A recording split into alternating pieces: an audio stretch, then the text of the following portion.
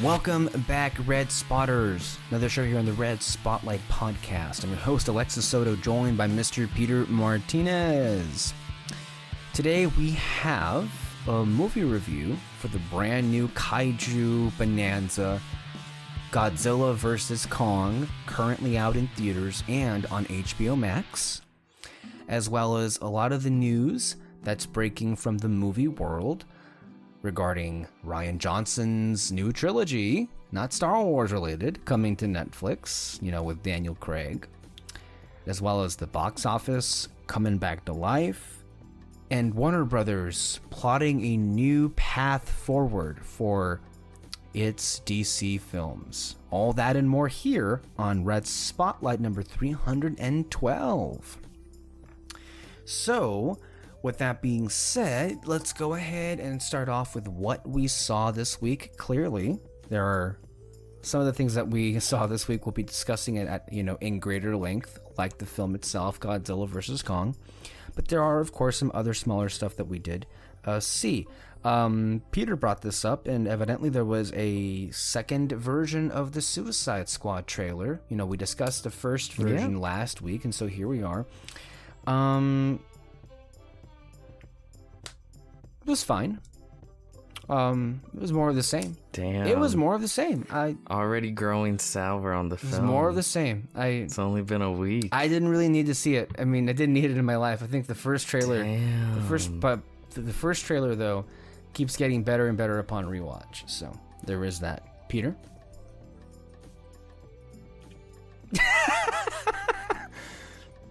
It was fine. You're gonna be hating this movie by the time it comes out. It was fine. I thought it was very good. I thought it showed a lot of interesting things that I liked. I liked the rat catcher. I like that you get to see her. It's the one surrounded by rats. Oh, okay. Ratcatcher 2. I assume the first Ratcatcher is either dead or something, because her official name is Ratcatcher 2. I enjoyed the new scenes of the characters. I enjoyed the sort of opening monologue. I have no idea who's saying it, but basically, like, you villains think you're all dark and deep, but you're nothing but a bunch of losers. And I thought that was great. I thought that was funny. They're playing it for serious right there, but I assume in the actual film it will be less serious, because they do that sometimes. Right. Overall, I really liked the extra footage. They confirmed that, what's his name? TKD? Shoot. Whatever. Nathan Fillion's character. I think it's like his name, Detachable Arm Kid or something. Oh. His whole power is that he can detach his arms. Right. And that was confirmed. Right. Because he had his arms apart. I liked it. I thought it was really good. Now, you said that they're making it pretty obvious as to which of the ones that are going to get killed off immediately. So do you want to place some bets right now to see who you think will be the first batch to be killed off? Oh, for sure. And which ones are safe for throughout most of the film? Pete Davidson looks like he dies almost immediately. Weasel, I think, will die. I think everyone in that first team dies. Which is do. Weasel, Javelin. What about Michael Rooker? Right? There's actually a shot in the trailer where Michael Rooker looks all puts his hand to his mouth, all shocked or scared or something. Yeah. It feels like that team has one action scene. Yeah. It feels like the beginning of the film is you get this squad together and they go in and they have their big action scene and then they all die. And then Amanda Waller goes, okay, we need a new team. Bring up the B team or whatever, Right. or not even the B team, but just bring back the other guys. Again, like one of the big ones, at least from the first one, is what's his name? Captain Boomerang. Yeah. Again, they only show scenes of Captain Boomerang from seemingly the beginning of the film and that one action scene. And after that, I assume that Starro is, if not the third act, incredibly close to it. So the ones that will make it to there are Harley Quinn, what's his name? The shark. King Shark.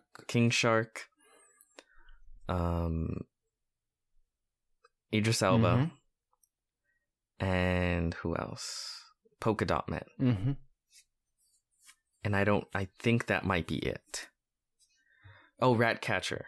I don't know if Ratcatcher was there. But those individuals make it as far as the third act, I would say. And the rest, and even then after that, some of those could die. So far, it seems as if the trailer has been received rather well. It has. Very well. So, you were talking about a particular show that a lot of people are actually talking about on social media, and yet, what show? Amazon Prime, Invincible. Oh, yeah, I did see that. So I think they dropped the first 3 episodes. Now episode 4 is on there. It's this new, I believe, superhero animated series with J.K. Simmons and Steven Yeun. And of the people who have seen it, it has been driving a kind of buzz out there. Although there are some others who would suggest that no one's really watching the show. But based on what I have seen, and what I have seen are a couple of like promotional images from a trailer, yeah, I can see it being one of those shows that people love. So there's that. You've seen some of it, I understand. I have seen the first 3 episodes because that is all they have released so far. If they had released everything, I would have finished it by now. Yeah, no, it's really good. It's really well done. It's funny. It's interesting. It's got a hell of a hook to get you invested in the storyline.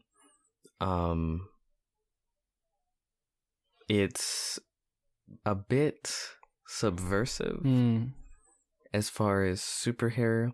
It likes, you can tell it loves to play with superhero tropes and your preconceived ideas of superheroes and their worlds. Within the Invincible universe, you see a lot of,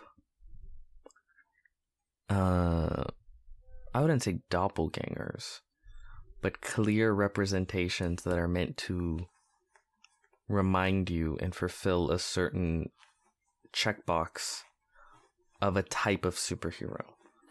So you have the biggest superhero team within that universe, and each member very much represents a member of the Justice League. You have a Wonder Woman type character, you have a Superman type character, you have a Martian Manhunter type character, Aquaman type character, Flash type character. And your main character goes through a similar beginning to something like Spider-Man. He is the son to Omni-Man, and Omni-Man is very much a Superman type character. So he's kind of the son of Superman. So he starts around puberty. He starts getting his powers, and he's still in high school. And there's a lot of, that kind of stuff. But then also him becoming a superhero. and there's all of that.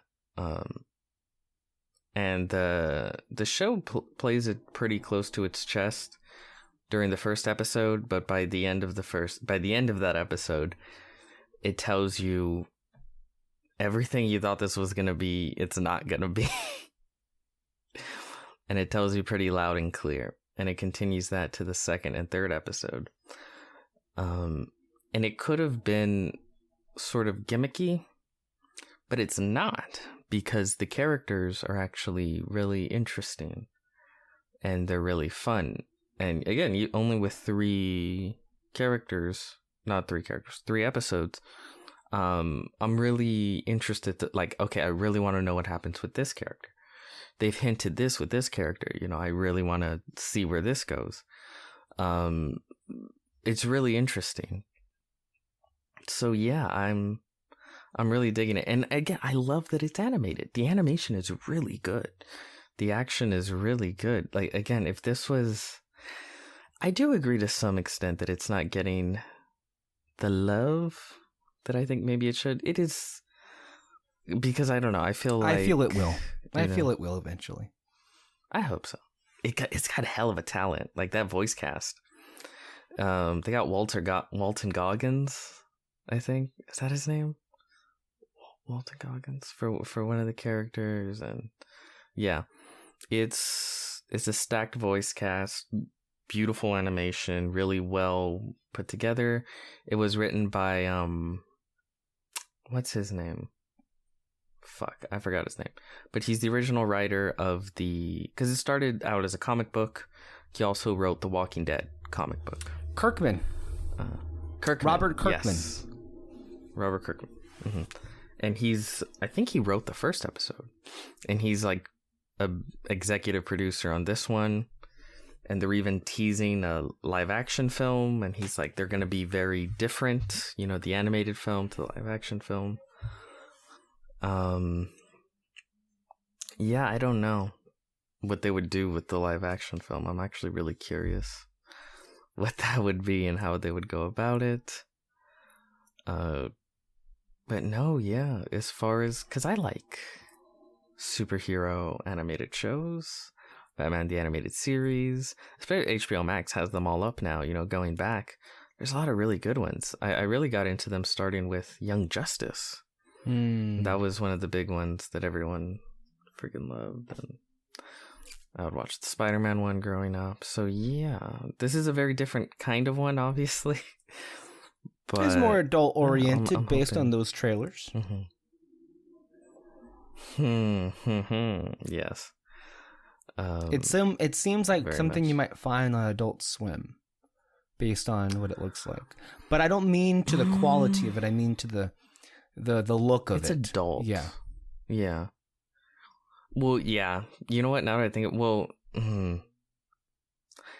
shoot, I don't even remember. Adult Swim, they have a lot of anime, don't they? I think that's where I first saw Attack on Titan. Or was that Toonami? I don't even remember. Or was Toonami for kids? Toonami was more anime, but there was also anime. Yeah, that's what I mean, Adult anime. Swim. But Adult Swim has adult, like the only like serious adult stuff they have is like anime, I think. So if this were an anime, 100%, I could see it. as adult, the only thing that's holding it back from being like an Adult Swim show is its artistic style, I guess. But no, it's good. I really enjoyed it. Well, yeah, I mean, all that sounds like a great show. Is there a reason why this wasn't one of the shows you recommended to me?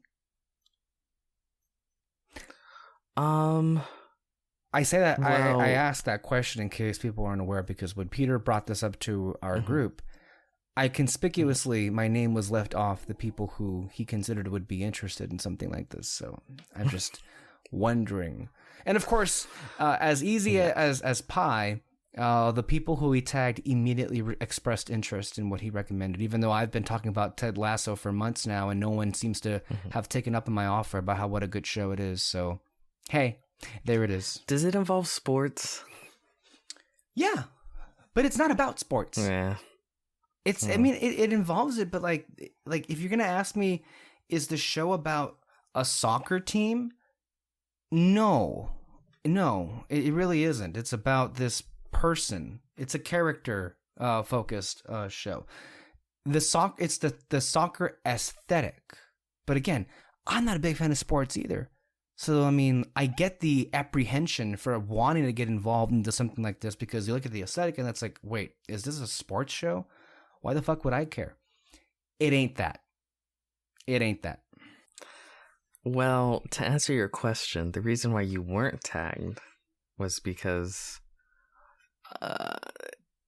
you have such a backlog of things that you need to get to and watch that I know even if I recommend this show to you, it would take about 50 years before it would come up in your list of things you need to see first. Getting to what I saw this week, I'm actually 3 episodes away from finishing an 11-season run of Modern Family. That's my point right there. I'm 3 episodes away. And it's at the point... You're going to cry?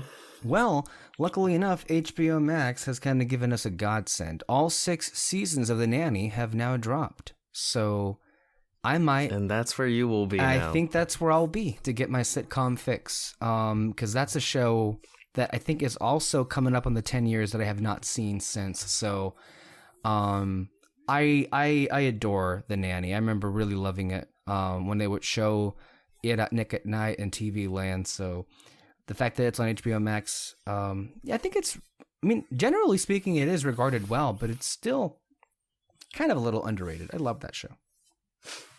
It's not as big, I guess, as your bigger ones, but it is big. It's not as big because, I mean, I guess 6 seasons at a time where like most sitcoms ran over that. But again, I mean, I thought it was generally successful and it wrapped up its story rather well. So, I mean, it's not the only sitcom that had, like, Schitt's Creek had 6 seasons. Parks and Rec had 7. Golden Girls had 7. I think all of those shows actually ended up on top. So, which you can't say for most sitcoms. You know, having seen now Modern Family, the first 6 seasons are really strong. Seasons 7, 8, and 9 are very stagnant and meandering and like, what are we doing here? Is it, and this is my belief, is it like when the kids went off to college and stuff? Or it started to feel... Well, the kids never leave the show. They age up, they do college and other things, but they're like... They don't leave the show. They're there. Yeah, I know, but it probably clearly affects the dynamic. It does. It does. Other characters are involved, some less than others.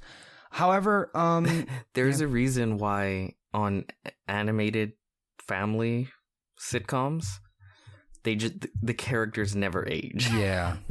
Yeah. Because their dynamics are never hurt because they never have to age. Yeah. Look at all the great ones. Yeah. But, I mean, for the most part, seasons 10 and 11 have kind of rebounded to where it's like, it's getting to a place where it can like end in a reasonably well. But I mean, it's one of those shows you just put on and it's like, it's there and it's fun. And it's a lot of episodes. So yeah, The Nanny, I might do that one next. And then I'm not decided yet on what else to start on. But yeah, that'll be fun. Whatever that may be and what I want to decide to start watching. So yeah. Maybe you can watch Invincible. Well, I have some movies, as a matter of fact, to get to. So you and I have to do some watching because in the next couple of weeks, the films that, I've already seen Promising Young Woman and The Father, but I do want to watch them again, you know, to get ready for our review. So, and then I also need to see Minari and then probably also Mank. So Yeah, and I feel like we have to do it now because the Oscars are technically this month, and I believe, and Peter, if you're on your phone, which you certainly seem to be, if you could please remind the Red Spotlight panel that this is the month that we're doing the top 10 show, as in our top 10 movies of 2020. Assuming we're still planning on doing it, and I intend on doing it, as do you.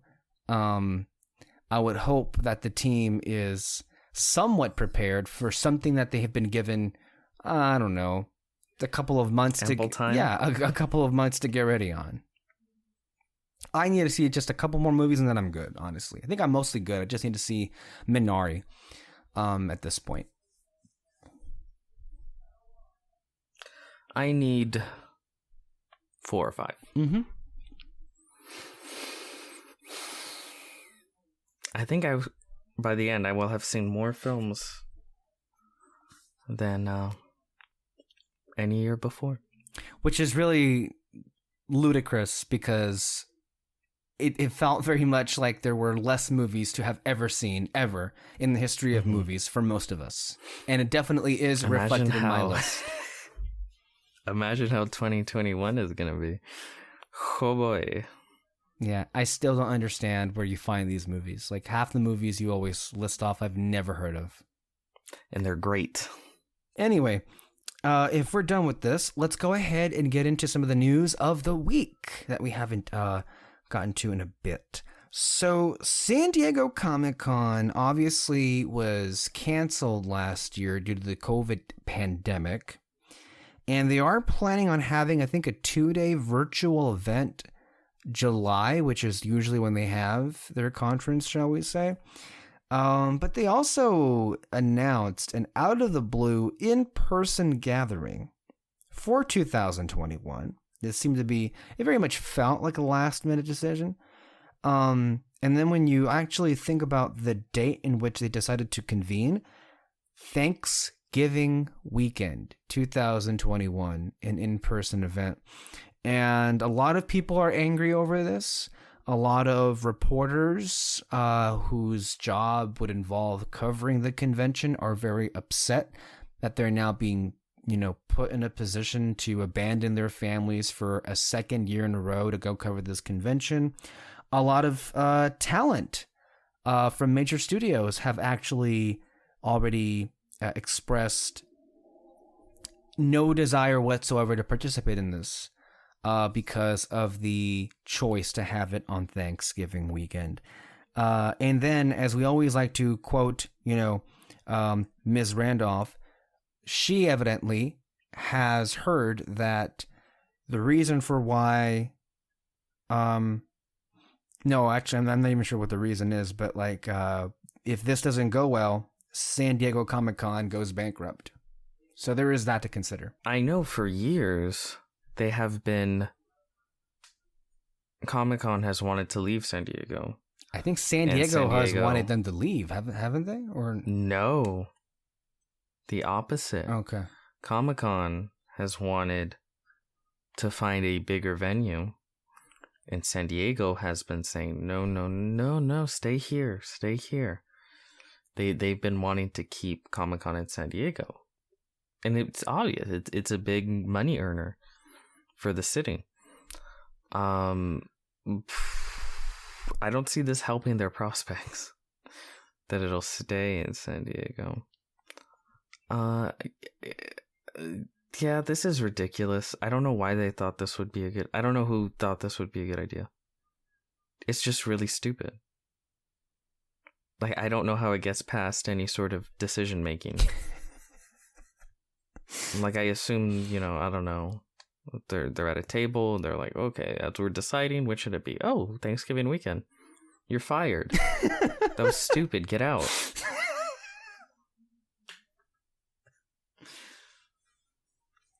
Especially when you're already having issues fitting Comic-Con in San Diego. And you're having, I don't know, size issues. You're already going to have a bunch of people, I assume, within the city for Thanksgiving. It's just going to add complications Travel's already a nightmare idea for Thanksgiving, let alone... Travel's already a nightmare for Thanksgiving. They're on top of that Comic-Con, like finding hotels. It sounds like pandemonium. Stupid. Yeah, it's stupid. That's my only thing. There'll probably be negative repercussions because of it, and yeah. What's wrong with September? That feels like a better date, right? Like September? I'm not part of the decision making. I assume there's maybe something wrong with September. I don't know. But I can tell you there sure as hell is something wrong with Thanksgiving weekend. So since you say that San Diego has been trying to get them to stay and Comic-Con has been saying that they want to leave, do you feel like this could be maybe the backhanded intent for this is to bomb, and that way they have a reasonable excuse to get the fuck out of San Diego? No. I think that's... Because at the end of the day, it's a money-making if they don't want to be with right. San Diego, like, it's up to them. Like, it's... Why would they destroy their own thing? It doesn't make sense. Right. Yeah, I agree. It's not great to do this, and it does make me wonder, though, how they're going to pull this off if they do intend on doing this. Who's going to be there? Exactly. Yeah, exactly. Well, here I have Jar Jar Binks, which had previously been rumored to make an appearance of some sort on the upcoming Kenobi Disney Plus live action show. I think it was on Best confirmed that he will not be appearing in Kenobi, which is a shame because at this point, considering what we know of Kenobi, that would have been the only thing remotely interesting. And now that's gone, so. Yeah. I probably made this clear before. I couldn't give two fucks about a Kenobi show, movie, whatever. It just seems so fucking boring to me. I don't care. Call me when there's a Jar Jar Binks show, and I mean that unironically. I would watch a Jar Jar Binks show.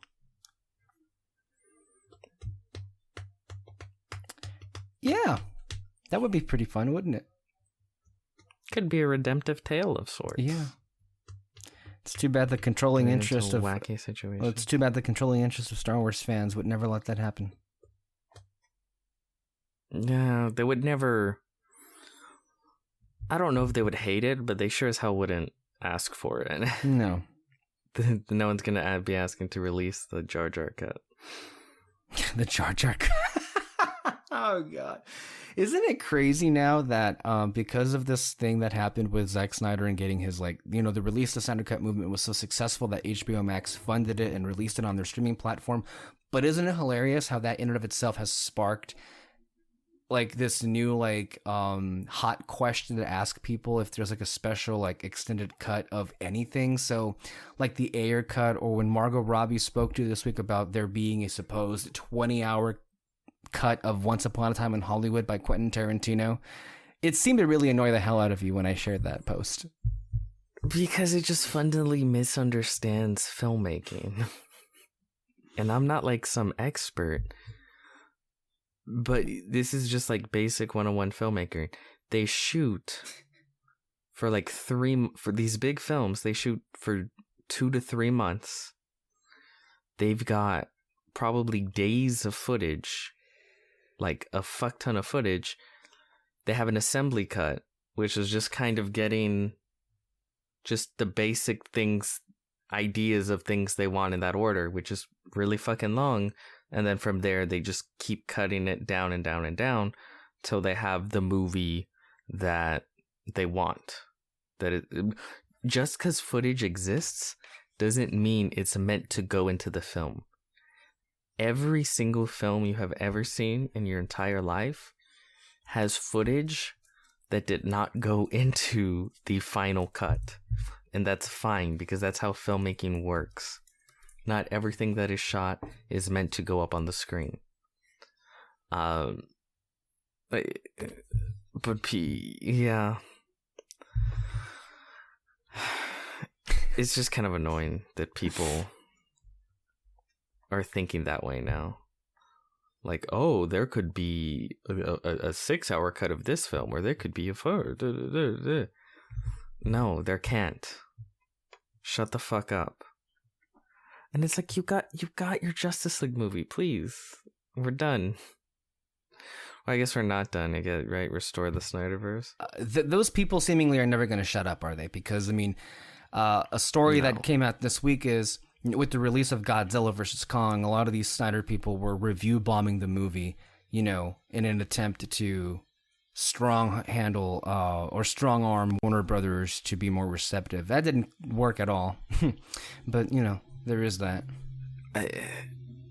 The last thing they should do is call for a boycott of WB or Warner Brothers or any of that.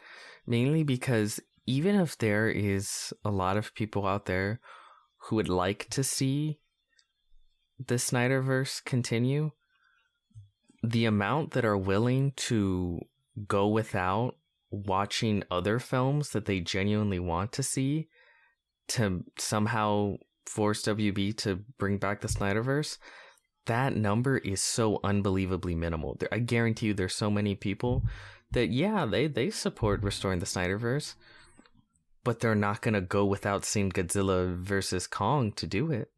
They're not going to go without seeing Mortal Kombat to do it. They're not going to go without seeing Dune to do it, or the new Matrix film, because they want to see those films just as much as they want to see the Snyderverse.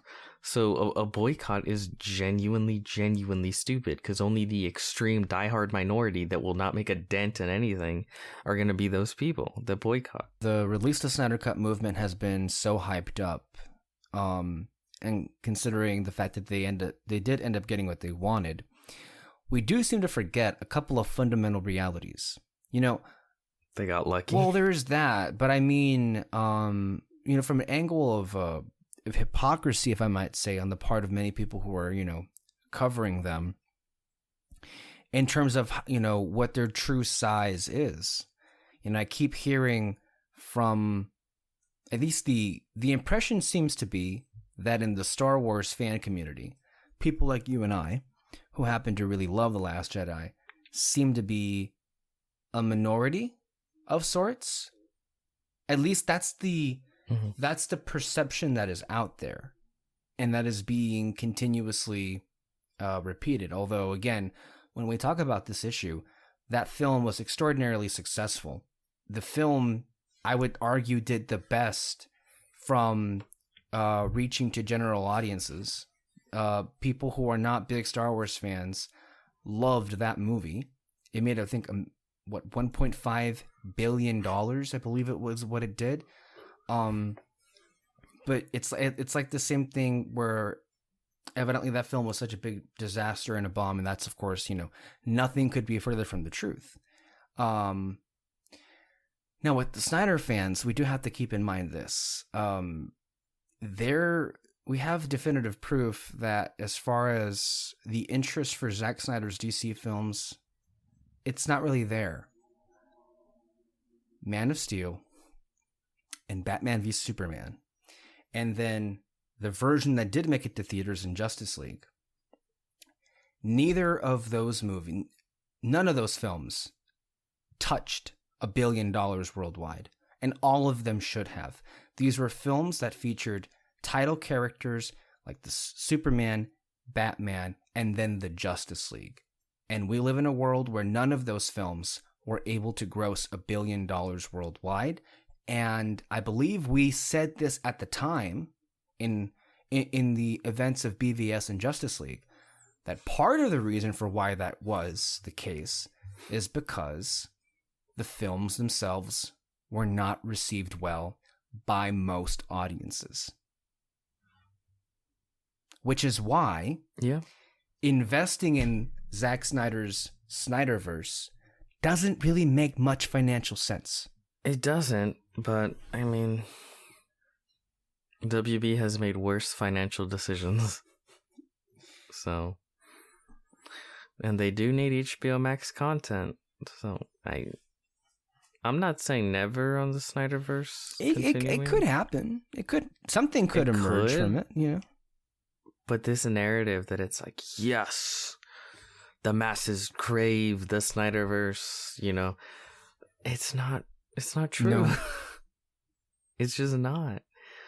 And it's like, that's, if you genuinely, again, if you're one of those people that genuinely love his films, that shouldn't matter. Yeah. You got the film you never thought you were gonna get, and you clearly love it. Like, just be happy for 2 seconds before angrily demanding more shit. You'll feel happier in life. Right.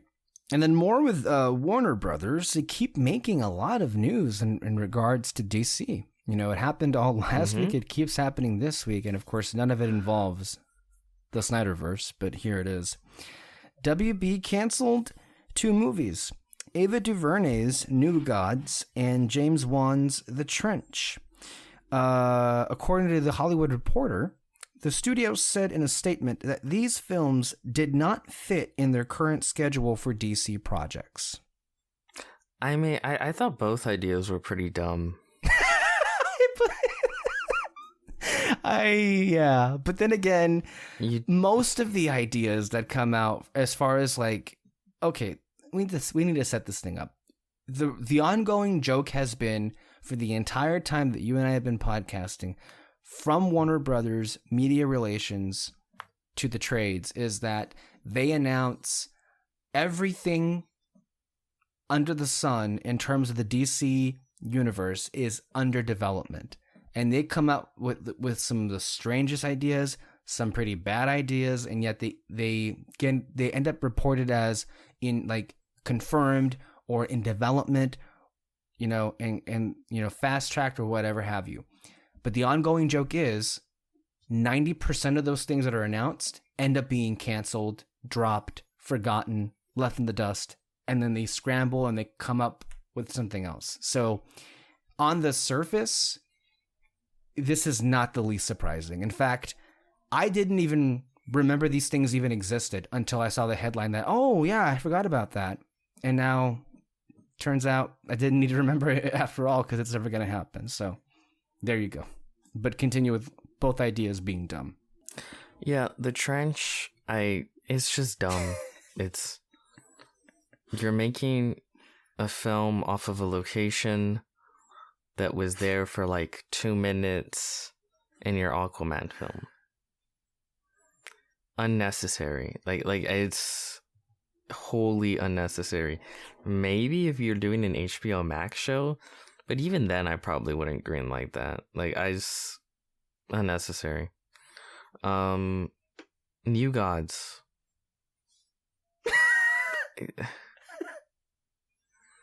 These are just, I don't, you can't even get your like most well-known properties to work.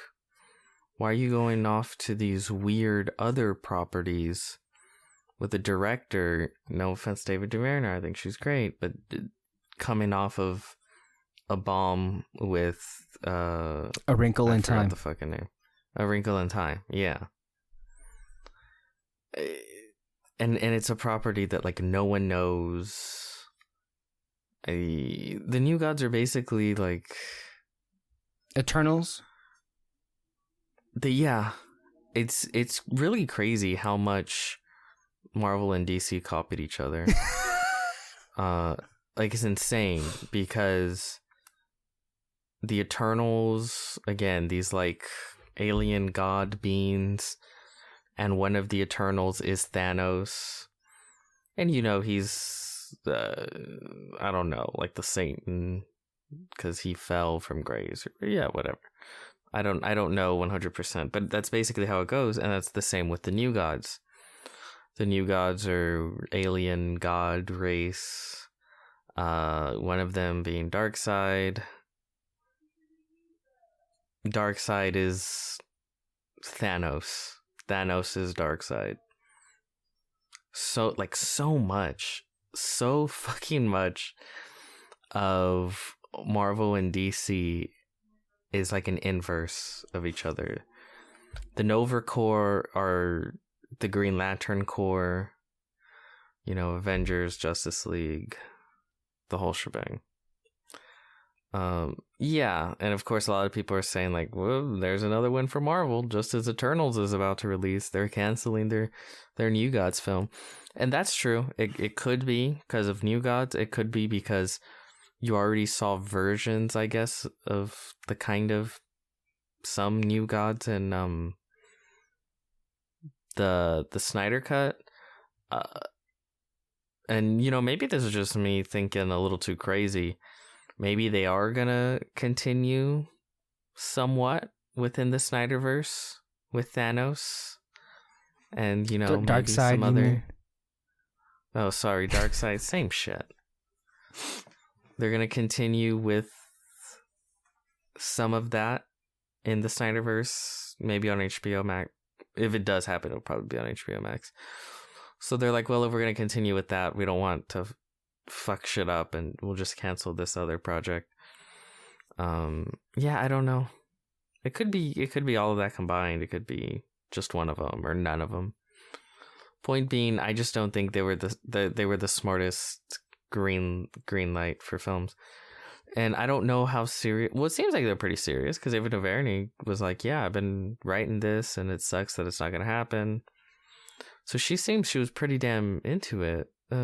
She's a good director, so it could have been interesting to see the film. But I guess if you're WB, like, I don't know, that's just not a film I would be greenlighting. And in fairness to Ava DuVernay, I know she got a lot of crap over the disaster that was Wrinkle in Time, and a disaster it was in every sense of the word. But everything else that she's made, I have been very taken with. I love her film Selma with David Oyelowo, who plays MLK. I love the documentary film 13th, which I think should be mandatory viewing for every person that calls himself a human in the 21st century. And then her Netflix miniseries, When They See Us, was I felt phenomenal. So, I mean, most of her work, I think, is pretty great. It's just that movie couldn't work, and if I'm going to be honest, I feel like I didn't watch it, but from what I hear, it was hard to grapple with the source material. The translation to film wasn't at all easy. And then having somebody like Alan Horn at Disney, who's very by the book, and like, how he works, I can't imagine that being very well, which is why I'm kind of like, I'm really curious to see how that Cruella film turns out, because you have all the pieces in motion. You have the talent when it comes to Emma Stone and Emma Thompson, and you have, writers from The Favorite. You have the director from I, Tonya. You also have the composer from, If Beale Street Could Talk. Like, you have immense Oscar award-winning talent, and I can't wait to see how it turns out, because if it ends up being bad, well, there's the Alan Horn touch right there, because I can't imagine how that film can just bomb with that much talent. If I were to make a guess, at best, it would be fine. Because it's Disney? At best. Yeah, and the subject material is stupid and limiting, right? Yeah. Because everyone says, like, well, you can literally make a good film out of anything, right? Any premise, any story. And that is true, but not if you're limited. Right? And this was one of the issues long ago we had when it came to the Star Wars spin-offs, when we're talking about Solo. And it's like, can a Solo film be technically great? Yeah. But it won't be. Because, and you know what? We saw that. They kicked Lord and Miller, who have never made... every film they've made has been utterly fucking excellent. So they probably would have made an excellent Solo film. But guess what? It did not jive with the Lucasfilm, Disney, contractually obligated tone / Star Wars TM, the way it's supposed to be. so they were kicked off. That you see, that's the thing, right? Like we talk about live action Lion King because that, and I've said it's the worst film I've ever seen in a movie theater. Maybe the worst film ever. I really fucking hate that film. Yeah. It's a real massive piece of shit. Yep. But you hear, what's his name? Favreau. Favreau talk about the film. And he's like, oh yeah, I want it to be like a documentary and stuff like this. Theoretically, if they all CGI Lion King film, again, hyper realistic, it was shot like the camera movements were like a documentary, and no voice acting, no music, but it's sort of this like hyper realistic retelling of that story, but like with real animals and stuff like that. That would be interesting. That theoretically I'll be like, I would be intrigued to see that. But Disney would never release that film. They would never make that film. The only way they would make a live action, Disney remake is the way they did and the one they released. So when I say like, a lot of people like to say, like you said right now, and I know you're saying it because a lot of other people are saying it, but also because it's true. Like, oh man, look at all the talent they have. Look at the cast. Look at the writers. Look at this. Look at that. It means nothing to me because of who's making it. First and foremost, it means nothing because I've just completely lost faith in the Disney Studios' ability to make a live action film work. Period. Let alone live action remakes or the live action adaptations. Any live action film. They've all been awful. They've all been terrible. And I'm at the point like Mulan was the last straw for me. Mm-hmm.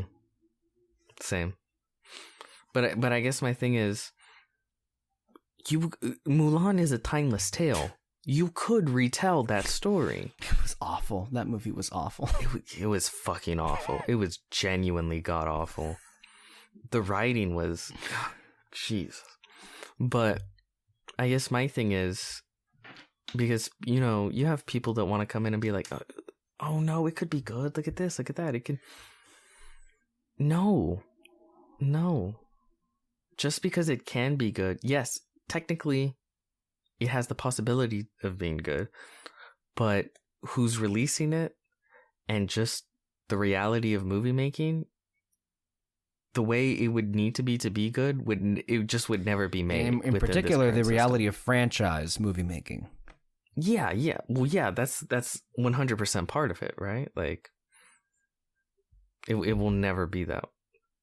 That's why, I guess bringing it back to like DC and stuff, I'm really enjoying what DC has been cooking. Like, talking about the Suicide Squad, that's a big, bombastic comic book film that is R-rated. I don't remember the last time I saw that much money put into an R-rated film. Deadpool?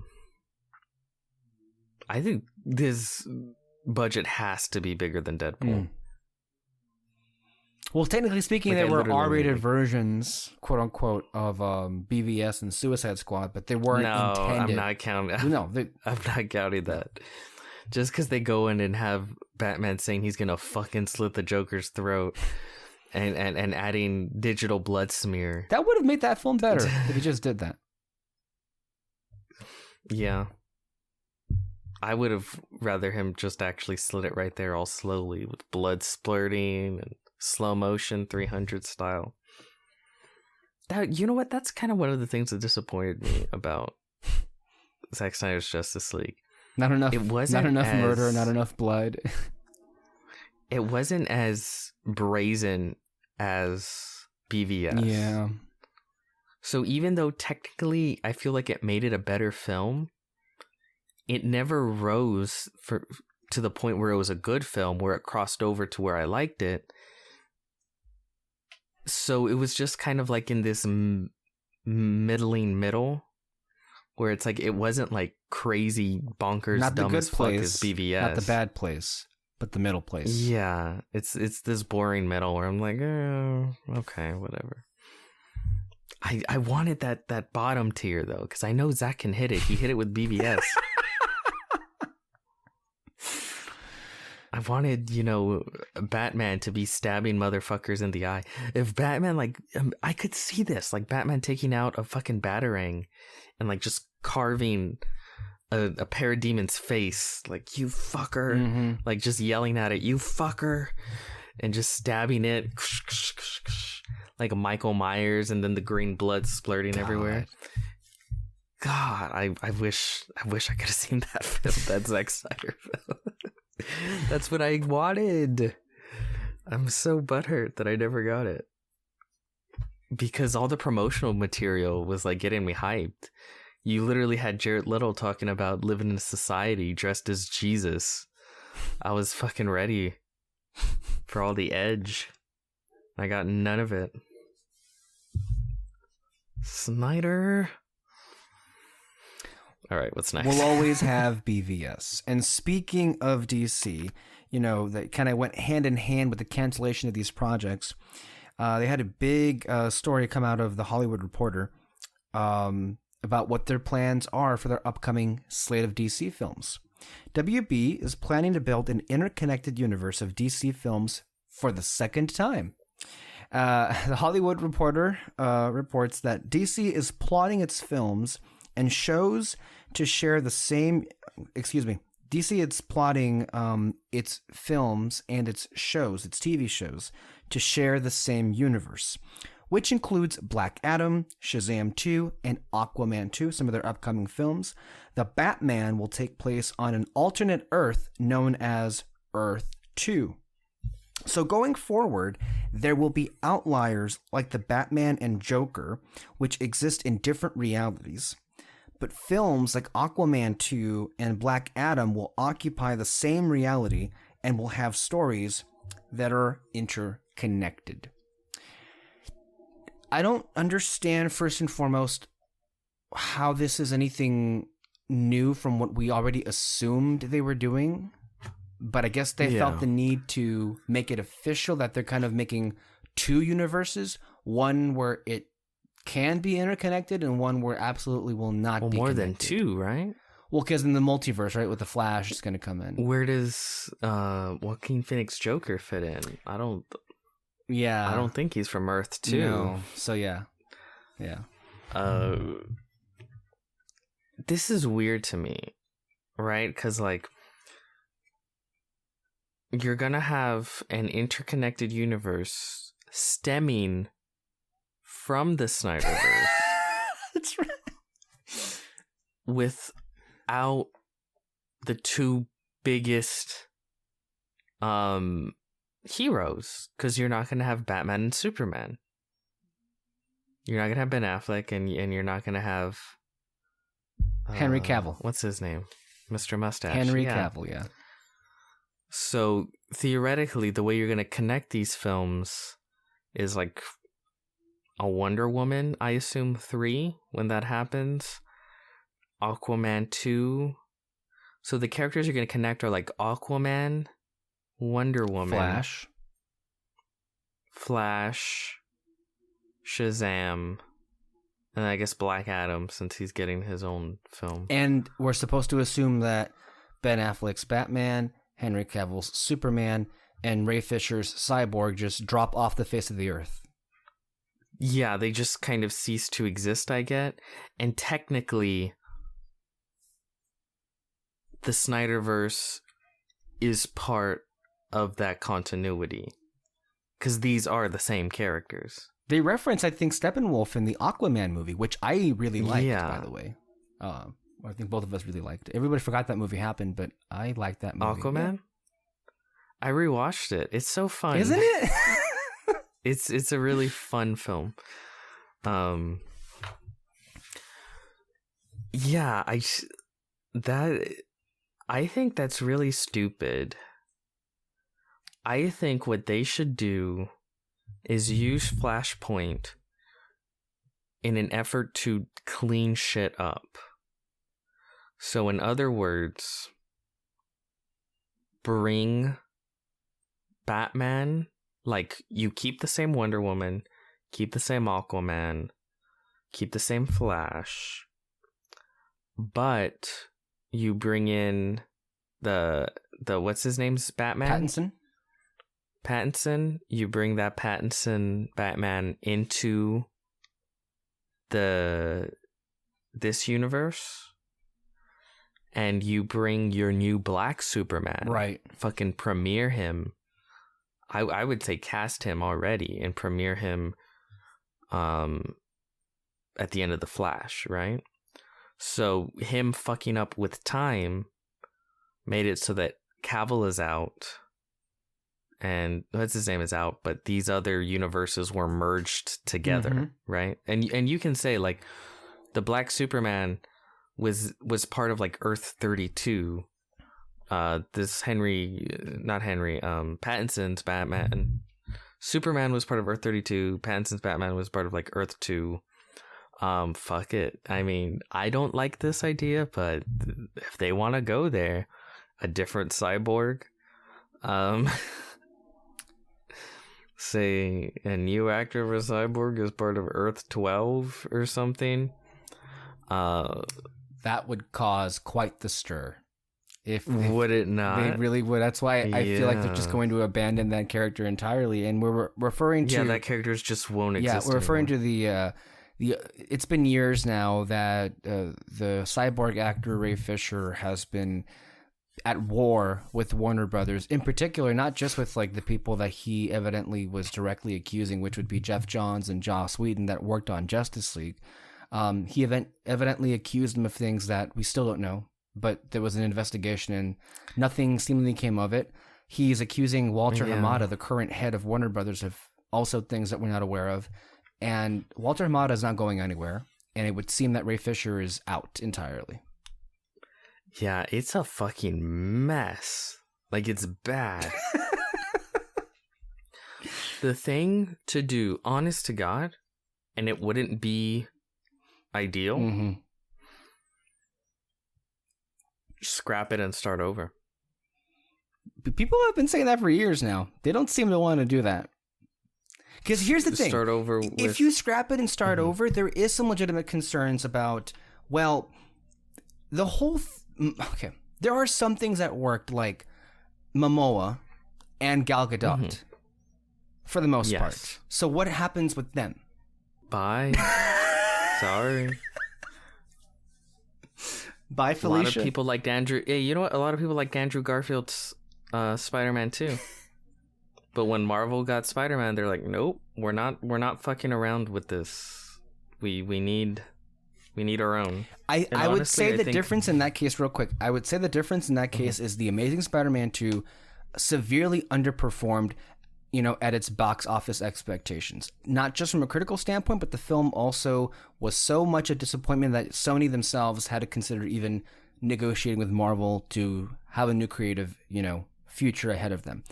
The differences with, at least with Wonder Woman and Aquaman, is both... They made money. They made a lot of money. Aquaman made $1 billion. Can you believe that? Yeah.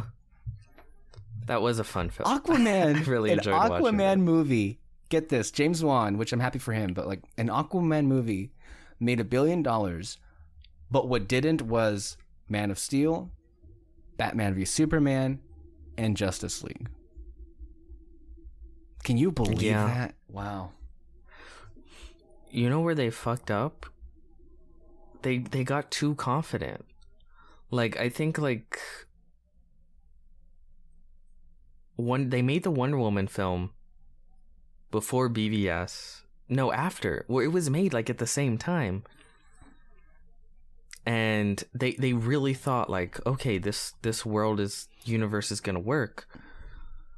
But they never ask themselves the tough, hard questions. Like, are these people even willing, in the case of Ben Affleck, to be Batman for the next 20 fucking years or some shit like that? So when BVS completely fell apart, they were stuck because they had a Wonder Woman movie that people really liked with a Wonder Woman. And then it's like, fuck. And then they had a disastrous, shitty Justice League. But then they had an Aquaman movie that people liked. And it's like, what do you do? That's why it's confusing. Because it would be one thing if all of those films bombed, and if they were critically, bombasted, then it would be an easy choice. But because some worked, it makes it a little bit more complicated. Yeah. It's unfortunate to say this. I really do think they need a cut and run. I think because if they are determined to do the whole interconnected universe thing, I think they should. And again, this will really turn heads, but you got to make difficult decisions like this. Cancel everything. Have it be. Just start at. The only one I think you could probably sneak in there is Shazam. Because Shazam really didn't have any direct references to the outer universe. The DCEU. Right. That one, that's kind of the easiest one. What about Harley Quinn? What about Margot Robbie's Harley Quinn? Fuck, I completely forgot. That's right. She's and then you even have the Suicide Squad that's coming out. Yeah, because I would say, look, as far as casting is concerned, while I think, Momoa is great in the role, Gal Gadot, I enjoy, but I do give you that her acting leaves a lot to be desired. But if there's one perfect, like real perfect casting choice, like hard to imagine it getting any better than that, it's Margot Robbie as Harley Quinn. See, this is what I would do. And if they had a smart person on this, they would have coordinated all of this. Is the Flash is the linchpin that changes everything. Mm-hmm. So at the end of the Flash, it's like this new universe that he's a part of that has like sort of combined multiple universes into one. So what you can have is the movies leading up to that pull some crazy shit, right? Mm-hmm. So like have Harley Quinn die in the Suicide Squad. And you go like, oh fuck, oh no. But then at the end of the Flash, she's back with like a different, and she's still maybe she's with a different Joker, maybe, and you can make the changes that you want to make, mm-hmm. right? You show the Black Superman, you show Robert Pattinson's Batman, you show Aquaman doing his thing, and shit's just kind of different to a certain extent. That's the only way I can see them unfucking this. Because otherwise, you're going to have your interconnected universe, but it's going to be filled with C-list characters.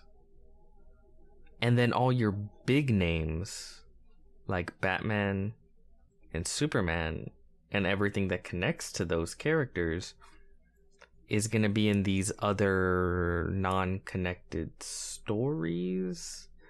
But it's like the whole point of doing interconnected films is the fun of seeing your favorite characters interact with each other. Mm-hmm.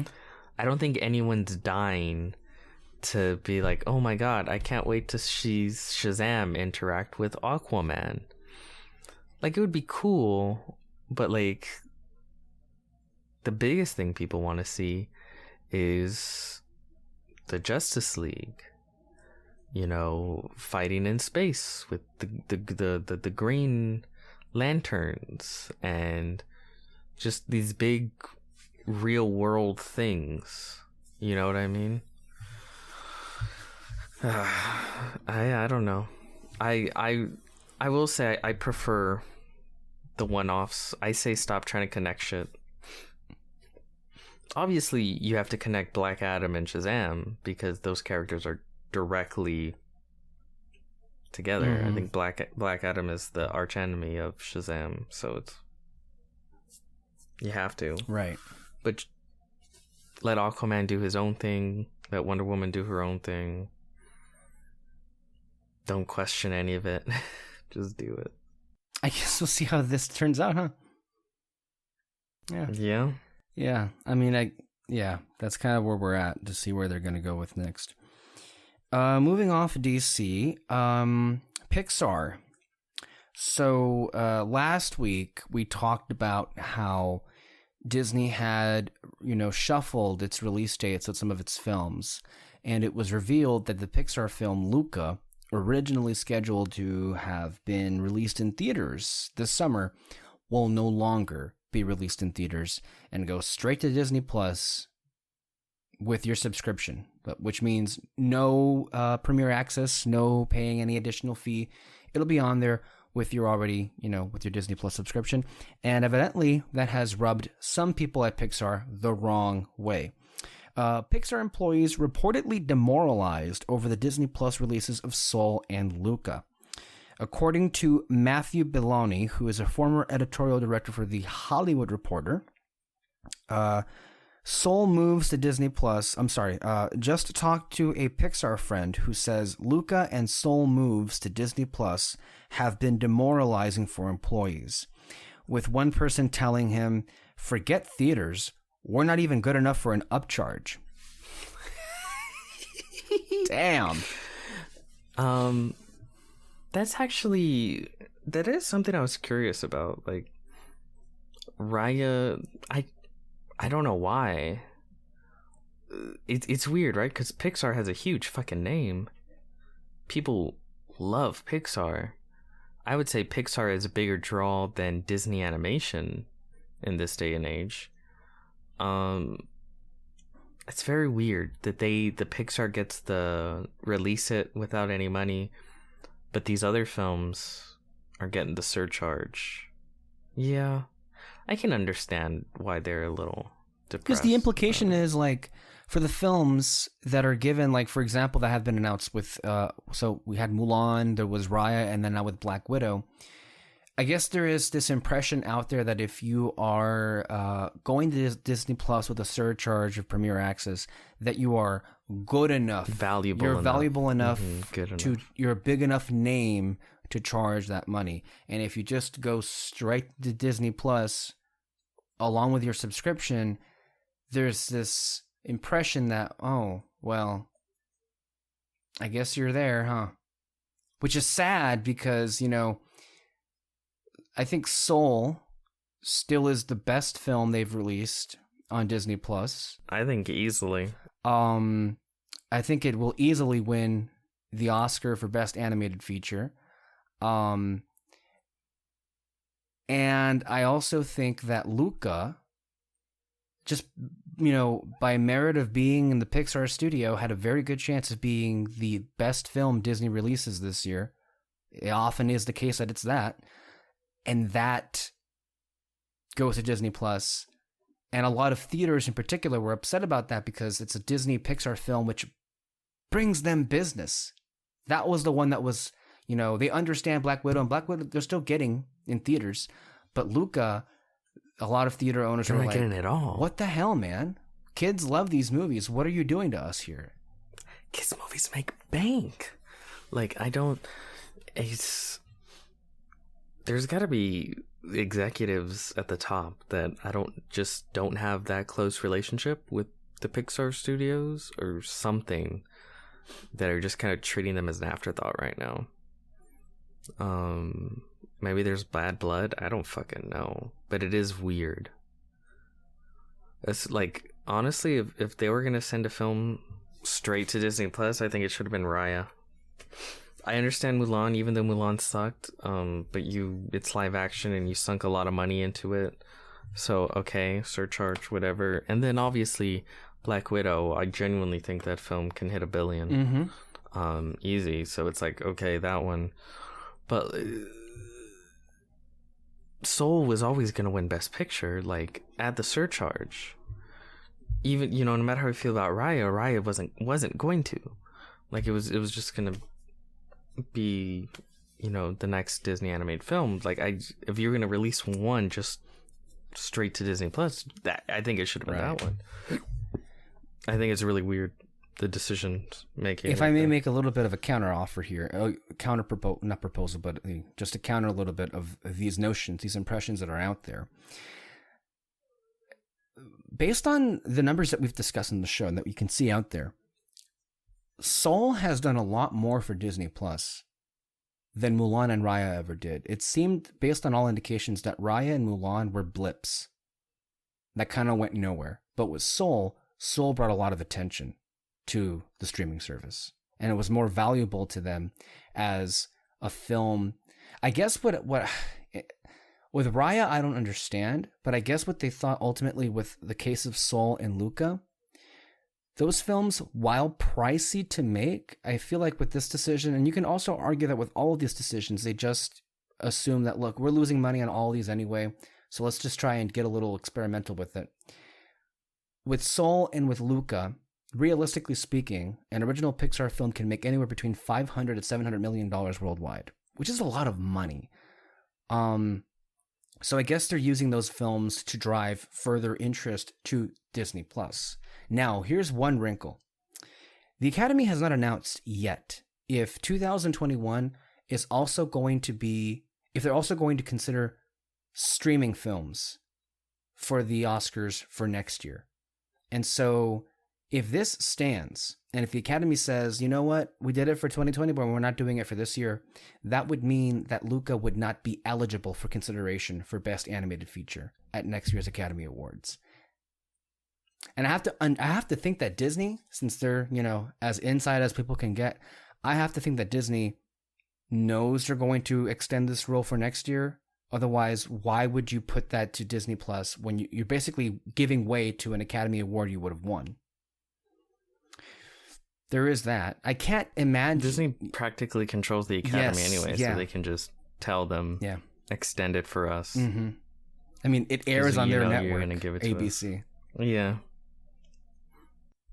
So, but I do feel bad, in particular for the animators, because there's some of the a lot of the jobs that they do are just among the many thankless jobs in Hollywood, and it's their work that's being used with here in a way that it was just not intended for. And it now with Luca, it feels like Pixar is the studio that is getting the cold shoulder here from Papa Disney, whereas like the Disney Animation and Disney Live Action and Marvel have been getting the premiere access.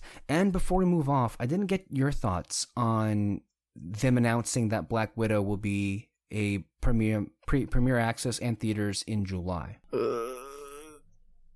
It's a bit scary, because that means things ain't gonna be great by July. Or at the very least, they're not confident that they will. And I have seen in the news that we're getting somewhat of a spike again. Yeah, I read 2 headlines of a potential 4th surge. Which, I mean, this is what happens when you lift all restrictions. Not every person is vaccinated. Yeah. Mm-hmm. Vaccinations are going around, and that's going to help, mitigate that surge. But when you lift all restrictions and not everyone's vaccinated, what do you think is going to happen? Not only that, you're getting to the point where you're going to get to the point very soon where anyone that wants the vaccine will have gotten it, and then it's just the people that don't want it. And that's going to be a good amount of people. And it's going to be just kind of this fight of like convincing people to take it. Mm-hmm. And what if they just don't? Like, what do you do?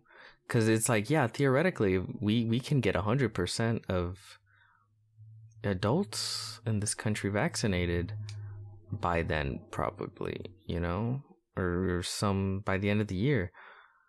But if 30 to 40% of the population just says no, what can you do?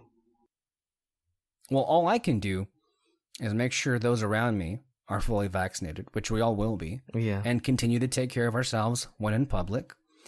But that's about it, Yeah. That's about it. And, I haven't been giving this too much thought. The real estate in my mind has, given way to other things that are far more pressing at the moment. But COVID is still a concern, obviously, and I think it will be for most of this year. But as far as theaters are concerned, the stuff that's coming out with how Godzilla is doing this week has actually been quite promising in terms, because now we have the LA markets and the New York markets are back online. We're at the beginning of April. Black Widow was supposed to come out the 1st of May, basically less than a month from today. I feel like moving it from May to July is a great decision, because I think by the time we hit mid to the end of June, we'll know a lot more to see how it's going to be. But I have to just think that at this point, by the time we get to July, maybe I'm just being too optimistic here. But I'm encouraged a little bit by what I'm seeing here, a lot more than the numbers are good for Godzilla. For Godzilla, yeah, they're very, very good. And that's a movie that's still, if you want, you could just watch with an HBO Max subscription. Mm-hmm. That's what I've noticed. You have like, it's weird. You'll have the films that on Disney that have both in theaters and at home. Pay $30. You would think that would drive people to the movie theaters to see these films, because they're like, fuck that, I don't want to pay $30. I'm going to movie theaters. But instead, you have much more people with HBO Max that are seeing it in theaters, even though it's like right there at home, no extra charge.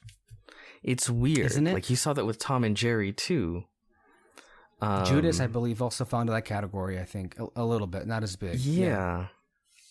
For whatever reasons, even though they're just free, you can just click it and watch it, those films are doing well on HBO Max, but they're also being seen a lot in the movie theater relative to, being in a pandemic and all, especially when compared to Disney, who is basically forcing you to the movie theaters if you don't want to pay $30 to see a fucking film.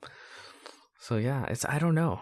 That's surprising to me. It's surprising. It's weird. It's unexpected. I'd say on the surface, it's a little bit hopeful that, with the fact that there's a day and date option, there's at least a sliver of an audience that still seems to prefer viewing it in a theater. So a little bit of a hopeful situation there, however much you want to read into it. But you know what I actually noticed, though, what you were saying about the Disney comparison in terms of how their films have done when they're given the option of doing it through Premier Access for $30 or on the theater. I'd actually argue it's driven people to just ignore the movie outright. Because in both of those cases, Mulan and Raya did terrible when it came to both the Premium Access and then also in theaters. It's like it's like it turns people off. Or either that or people just don't care about them. Or maybe they're just releasing crap films. Well, you may not have liked Raya, but it mostly got great reviews, I feel. No, it got very good reviews. Yeah. But Mulan was regarded as, crap all around. So the interesting case then becomes with Black Widow. And this is where I get a little bit nervous here. Considering how I feel things are going, you would think that by July comes, the Premier Access may not be necessary. If things go really, really good, Mm-hmm. So I have to wonder, is there a chance they renege on that? Or they just plow through? I definitely think there's a chance. But again, I'm not as optimistic because I think it's going to get... Right now we're spiking at the time that you have people that are racing to get vaccinated. Yeah. But eventually you're going to hit a wall of everyone that wants to get vaccinated or everyone that wants to get vaccinated is already vaccinated. And all that you're left with is the anti-vaxxers, which means we're not going to be able to reach like immunity levels, I guess, or at least not the way we could if everyone just did their fucking job and got vaccinated. Yeah. Not that hard, guys. So it could end up not being as good as it should be as far as the numbers. Sure. I much rather would have been interested to see Black Widow like premiere this month or next month, because I would really interested to see, is it just that Disney is releasing under the $30 Premium Access banner movies that no one gives a fuck about? Or are people just really genuinely turned off by the whole idea of Premium Access? And I think Black Widow would have been the perfect test. In a world where the pandemic didn't happen, it is kind of inconceivable to think that Mulan and Raya wouldn't be financially successful at the box office. You know? Yeah. So the idea that people wouldn't care about those movies is a little far-fetched to believe. What is less far-fetched to believe is people being, and I've been saying this, Kyle, Alexis, and David, or David actually is with me, but Kyle and Alexis keep fighting me on this, it seems like, but I keep telling them people are incredibly disgusted with the idea of paying $30 for a movie to watch at home. That's just, they draw a line. What makes it disgusting, right, is that you don't even own it. Yeah. You're just paying. It's gonna be online like what, 3 months later or like a month. Well, look at later, with Raya. something With like Raya, I think it was March, the first 2 days of March or whatever. So if you wanted to watch Raya, you could pay the $30, or actually it was March 5th where it was available. Pay $30 to see it. But then, like, not even 2 weeks later, they announced that I think today, as a matter of fact, or tomorrow, which would be April 2nd or April 3rd, if you want, you can rent Raya, let's say through Apple, for like $10 less. And then they also announced that by June, if you don't want to pay for Raya, it'll be included with your Disney Plus subscription. Yeah, it just comes off like such a sour deal. Especially since I saw that with Mulan, for the people that purchased Mulan through digital download via like retailers like Apple or Amazon, when they purchased those films for a lesser price tag than Disney Plus, they actually got bonus features included. Whereas on Disney Plus, there were no bonus features for Mulan, so there is that. Yeah, no, it's just a bad idea, not implemented well at all. Yeah, and based on the numbers we've seen, it just seems to be a tanker. You know, it's not working. But yeah. We do want to mention our condolences to the family of Jessica Walter, who passed away last week at the age of 80. We both know her from Archer, but also from most recognizable from Arrested Development. She played the legendary Lucille Bluth. And what was really heartwarming to see was, on the day that they announced her passing, all of these clips being shared around, some of the best clips from her character on the show. And it's the kind of comedy that's it's never not going to be funny. It's just never going to not be funny. Her delivery, the dialogue that she was given, I mean, that it is some of the best writing I think you'll ever see. I was very sad to see the news, the headline.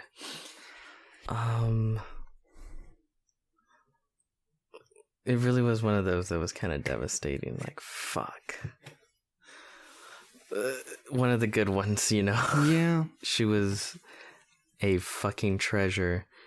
She was just genuinely amazing.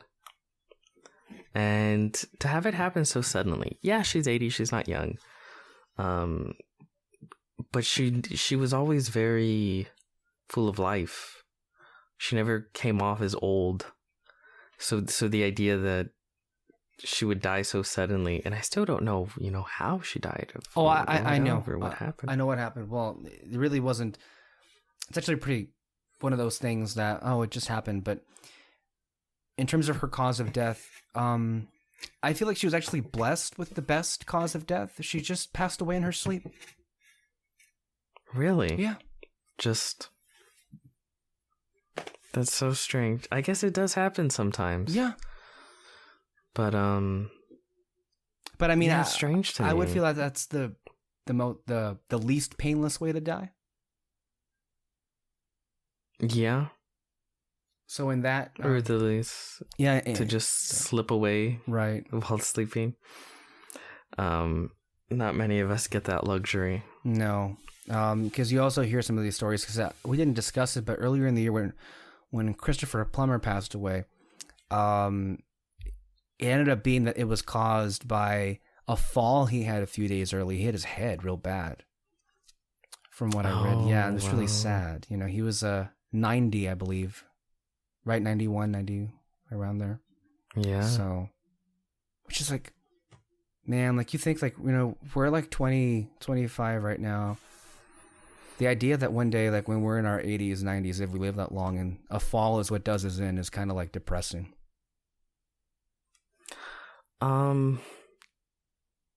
I don't know if my point of view is very different. I don't know if it's optimistic or sad, but in my mind, like if you hit 80, like you did it. Hey, yeah.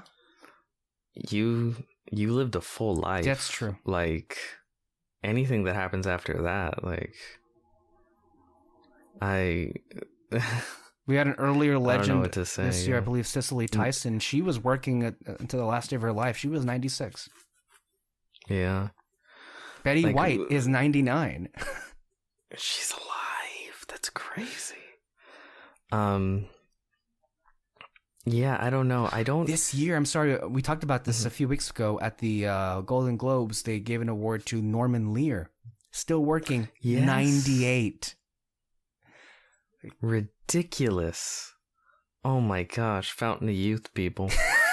No, my thing is like, once you hit 80 and you die, I don't want to say I'm not sad, but it's just like, you did it. It's not as sad as it would be if they died much younger.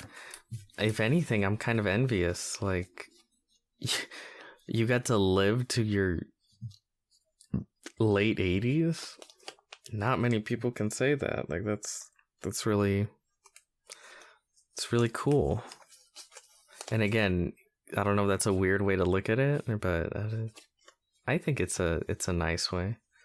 Yeah, a lot of the clips that were being shared just reminded me, they were all cracking me up, but you know, the one that really, really got me, and it made so much sense too, where she's at the hospital and she tells Michael, played by Jason Bateman, if you need me, I'll be at the hospital bar. And he's like, there is no hospital bar, mother. And he's like, and then she responds with, well, this is why people hate hospitals. And then she laughs and walks away. And I think what's funny about that is, that's kind of true. Like the concept of a hospital bar, I feel would be kind of real economical, I would say, you know? You definitely make bank. I'll tell you that.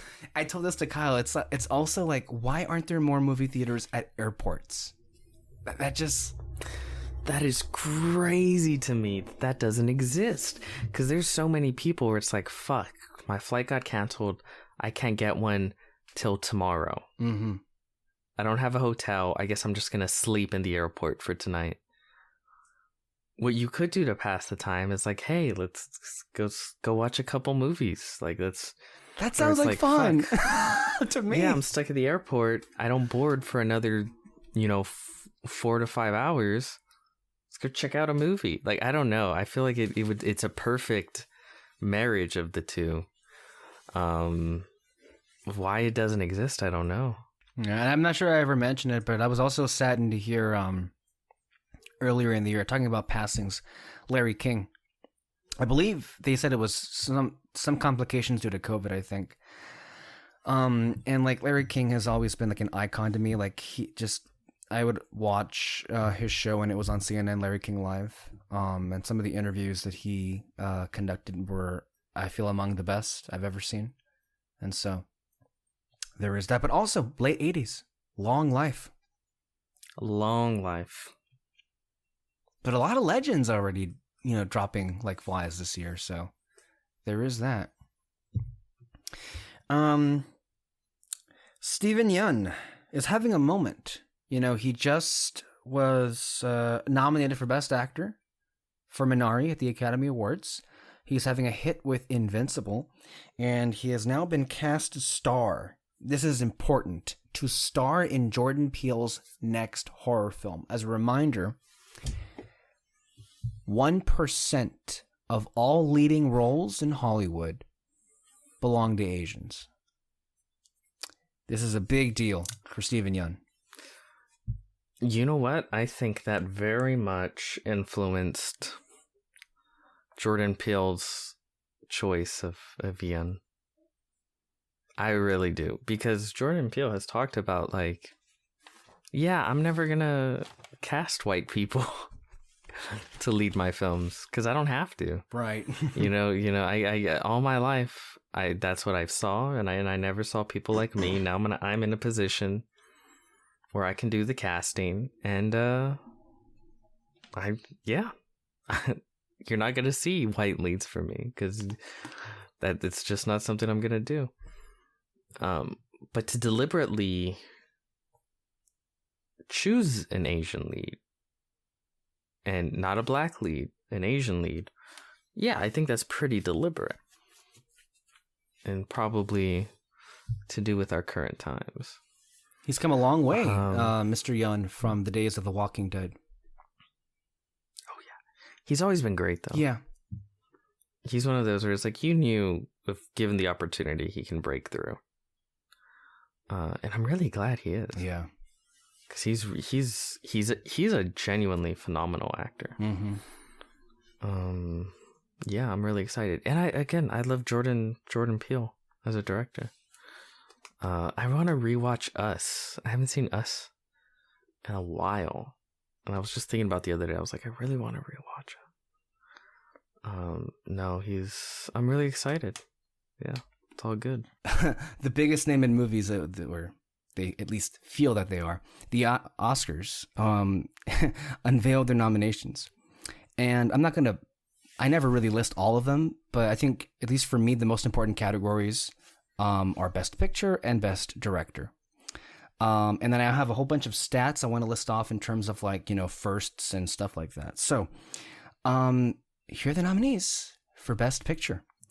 The Father, Judas and the Black Messiah, Mank, Minari, Nomadland, Promising Young Woman, Sound of Metal, and The Trial of the Chicago 7. And the nominees for Best Director include Thomas Vinterberg from Another Round, David Fincher for Mank, Lee Isaac Chung for Minari, Chloe Zhao for Nomadland, and Emerald Fennell for Promising Young Woman. I have to say, this may be the longest. It's been a while since I've been really happy with the list of nominees, and there are some here that I feel like don't belong on there. But actually, just one. I don't think The Trial of the Chicago 7 should be on this list. But I mean, it's exactly what they love, right? So it's to be expected that it's on this. It's gonna get on the list, yeah. But as far as that's concerned, I think this is a pretty impressive crop of nominees, and it's been a while since I've said that, because usually you and I are kind of there are a couple of choices they make that are very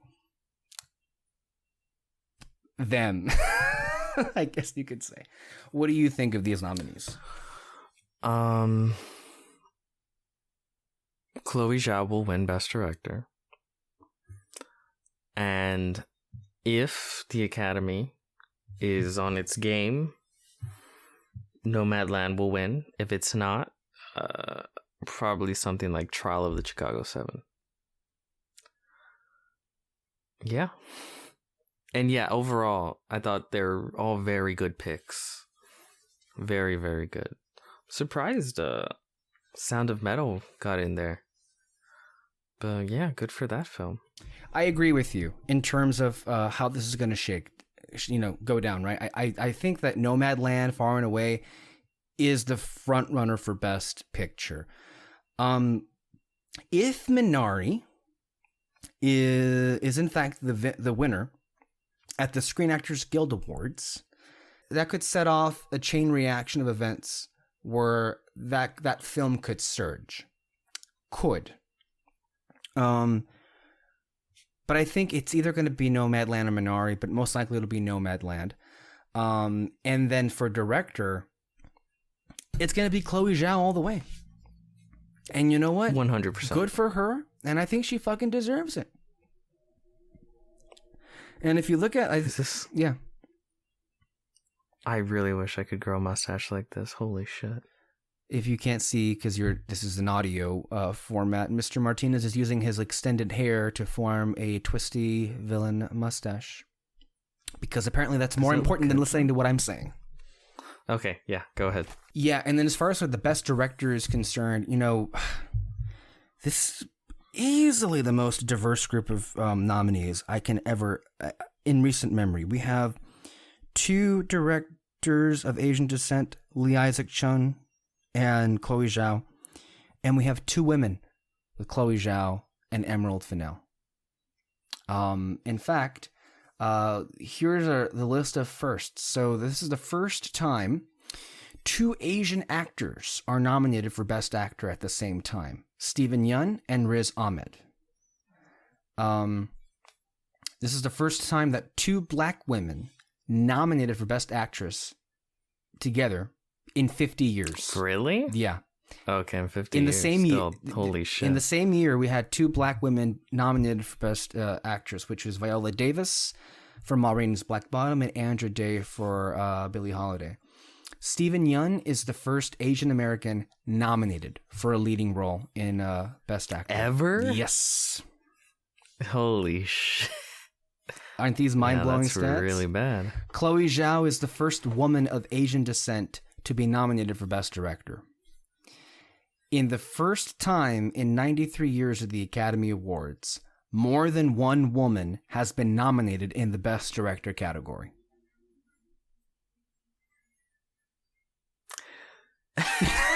Which is Chloe Zhao and Emerald Fennell, but yeah. That's pretty fucking terrible. Viola Davis is now the most nominated black actress ever, and the only black woman with 2 Best Actress nominations. Lakeith Stanfield, this is a weird thing. He was nominated for Best Supporting Actor for Judas and the Black Messiah, despite the fact that the studio campaigned for him in lead. So it's this weird switcheroo where the studio campaigned for him to be in lead, and the Academy was like, we'll put you in supporting instead, which they already had Daniel Kaluuya in for supporting. So both Kaluuya and they're Stanfield. both the supporting. Yeah, it doesn't make fucking sense. So they're there. Riz Ahmed is the first Muslim nominated for lead actor Oscar.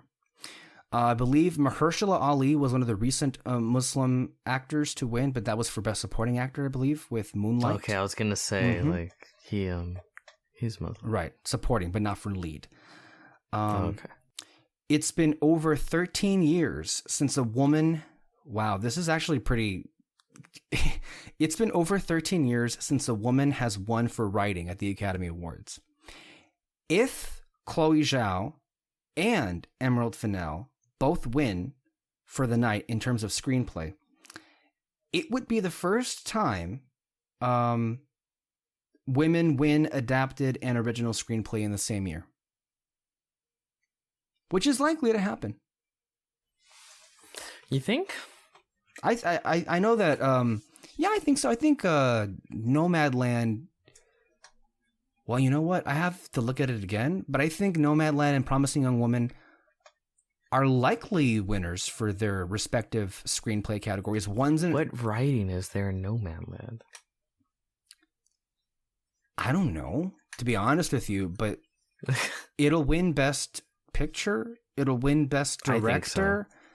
I think so. And that usually means it'll win one more. And I don't think it'll be McDormand. I think it'll probably be this. So I don't. We'll see. I'm not locking that down. I'm going off on what I heard, but this is a couple weeks old now, so things could have changed. But I very much would love to see Emerald Fennell win for this, because she's not going to win for directing, and I don't think it'll win much elsewhere. Of the movies nominated in Best Picture, my favorite is Promising Young Woman, and I also especially enjoyed The Father and Judas and Nomadland. And I really need to see Minari. But very good films. Ditto. Yeah. This is hilarious. Glenn Close is now the most nominated actor in history with 8 without having won a single one. Poor Glenn Close. Oh, and people man. were thinking that it was bad for Leo. This is kind of worse. Yeah, that shows you the sexism. Mm-hmm. Well, I told you that that story that some Academy members didn't vote for Glenn Close last time around because she was in a movie called The Wife, and the idea of watching a movie called The Wife turned them off. They didn't watch it. Every time I hear a quote or read a quote from an Academy voter, it makes me question the idea of like all of it. You know, like life. Like, is this why we're here? Just to suffer, you know, blah, blah, blah, blah, blah. They're fucking idiots. They really are. Well, we know how hilarious it was, the whole La La Land Moonlight thing, right? Mm-hmm. Did we ever get into why it happened that way? Not the snafu, but why it was that Moonlight won over La La Land. Oscar so white? Well, no, not. I guess it could be that way, but no. There was a contingent of people who felt like Moonlight was a superior film, and I believe some people on this panel feel that way. And sure, that's all good. But actually, based on what I hear, the Academy was annoyed that La La Land was winning everything. And so part of the reason why Moonlight was surging was because they were tired of La La Land winning everything. And there was such a backlash to that. Yes, that's true. That is 100% true. That's stupid. These people are morons. I fucking hate them. That's why I say the Oscars is pointless. All these things are pointless. Yeah. But at the very least, if the judges were filled with people that genuinely gave a shit, there would feel like there's some merit to the awards. But every time an Academy voter opens their mouth, it's just mush. Well, like last year, I remember when they were talking about who they were considering for Best Actor, and they came to Jonathan. God, am I blanking on the name? He plays Pope Francis in The Two Popes. Price. Jonathan is the first part. Jonathan Yes, Price. He was nominated for Best Actor. And this one Academy voter literally said, I thought he was great in the movie, but the idea of voting for the Pope really disgusts me. What does that even mean? Right?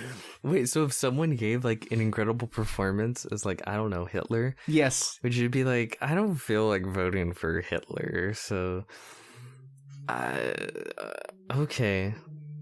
That's weird. Because I'm sure people have won Academy Awards for being, you know, playing characters that are murderers and rapists. And like warlords. Well, Joaquin Phoenix shit like that. won an Academy Award for playing the Joker just last year. So Joker did kill people. Yeah. It's a little fucking weird. It is. There was even some talk or speculation that one of the reasons why Delroy Lindo, who gave a great performance in Defy of Bloods, Spike Lee's last film, one of the reasons for why people feel he wasn't nominated anywhere was because he was playing a Trump supporter. And the idea of nominating a Trump supporter is just, it is too beyond the pale.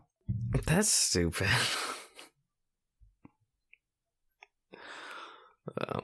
Okay. Yeah, I hate the Academy. I'm not finished with the Glenn Close is only the third actor in history to be nominated for an Oscar and a Razzie for the same performance.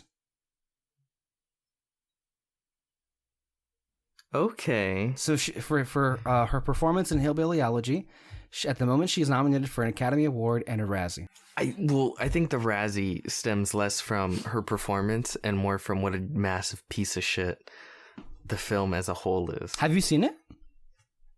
No. Okay. But I hear that. I know what it's about. Yeah. And that's enough for me to go, no. It feels like a... No, never. It feels like a 10,000 times worse version of Green Book. Yeah. Well, it's Green Book with just cutting out the black people. Yeah. Yeah. It's more of like... I think someone said, like, there's a part of the movie where they have a scene where it's like they do an unironic, like, I don't know if someone says redneck, and they're like, that's our word or some shit. Oh my like God. Yeah. And it's, yeah, no. It's really dumb. It just feels like every lie you were told about Trump supporters rolled into one. What happened to Ron Howard, man? He got old. Okay. Yeah, that seems to be the case. You see a lot of directors, they do lose it. Yeah. Tim Burton. They lose. I can name so many directors who you talk about their stuff from maybe a decade ago. It was great. Now it's not. And it's just, I mean, I get it, right? Yeah. Like directing, it's very intensive, creative. If you get older, I understand losing those juices. So but you look at the greatest directors, they have like, at best, like a decade run of films. I feel like they only release so many good films and before they just lose it.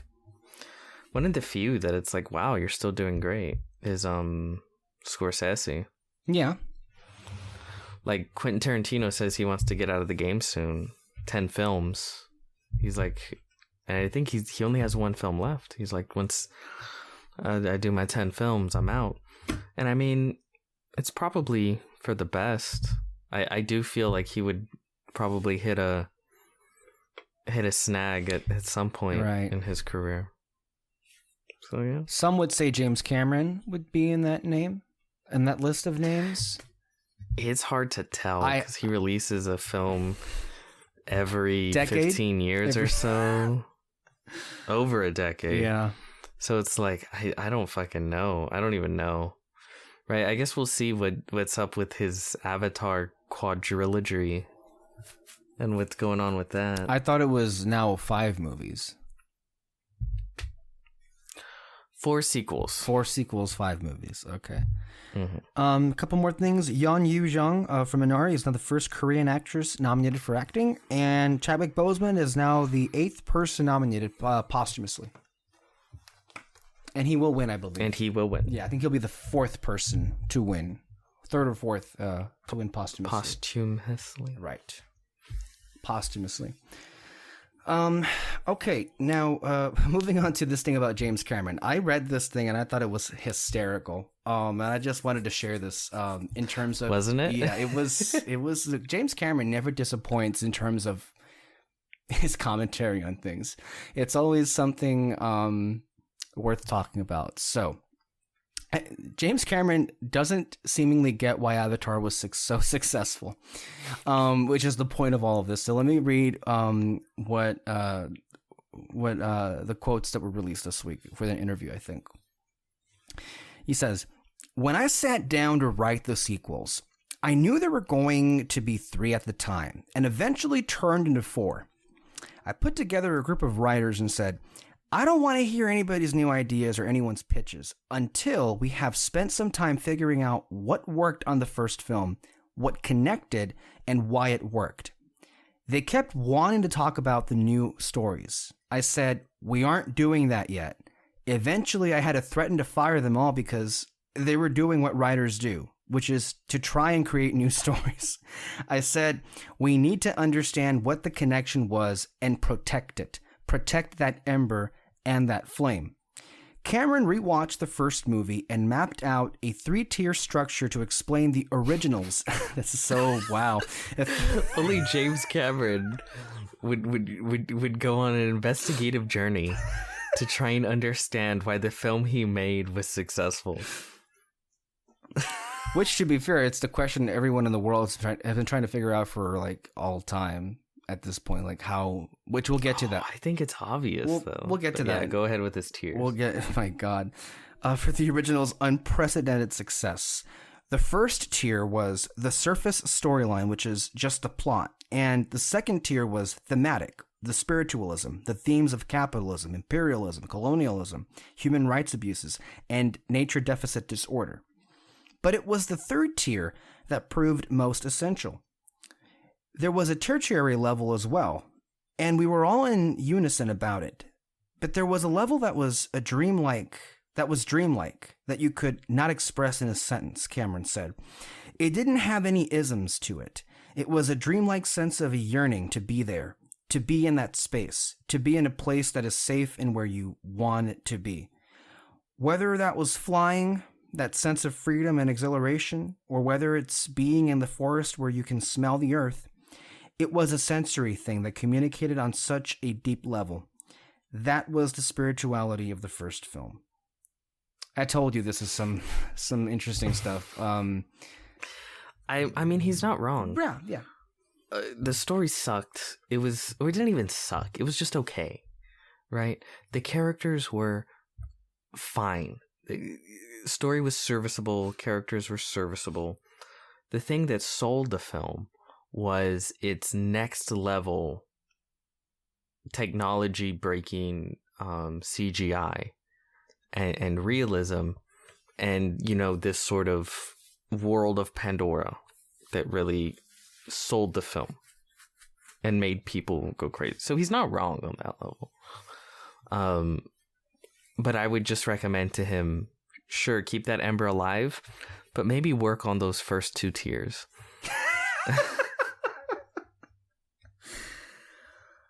Yeah, it's just an interesting thing because Avatar, it came out 2009, but it's kind of it technically is the biggest film of all time, and yet you'd be hard pressed to find some diehard fans of the movie.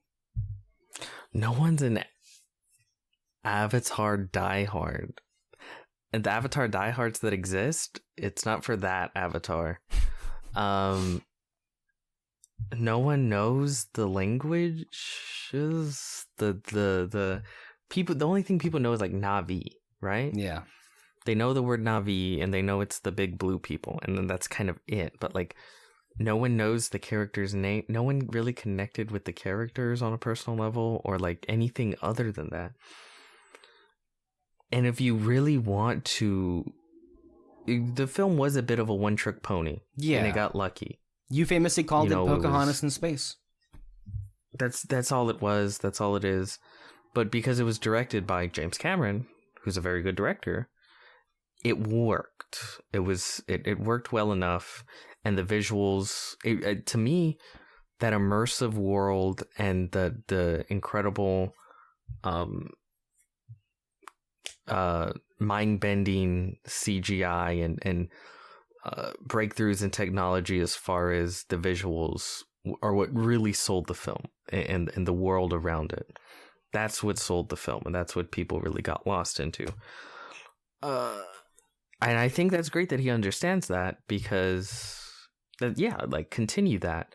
But I really hope he works on the characters, because if you can keep that, that sense of wonder that I do think helped propel Avatar, but surround it with genuinely complex and interesting characters and memorable moments, that's truly next level, right?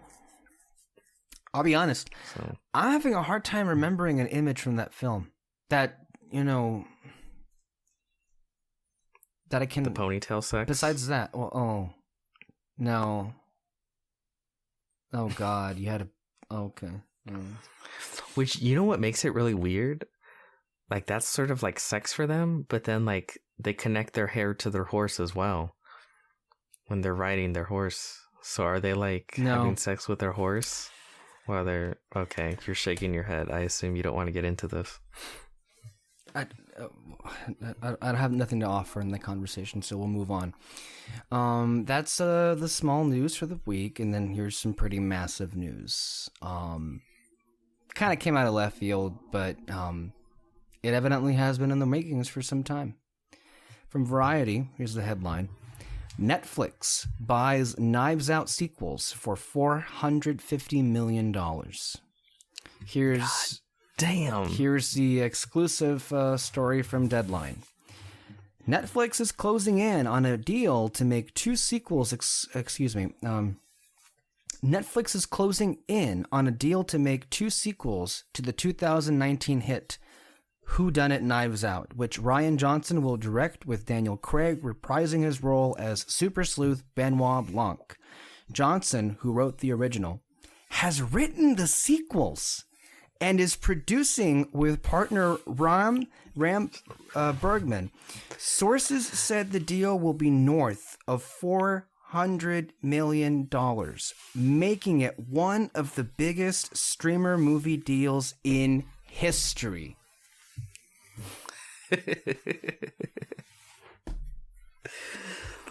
That is huge.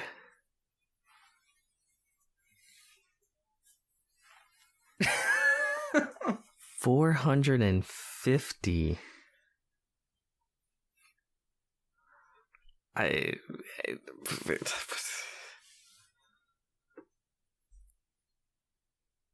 How do you feel about that?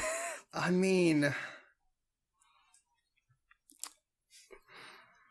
I don't know him. Obviously, I don't know any of these people I talk about on this show, but I really do cherish Rian Johnson as a filmmaker.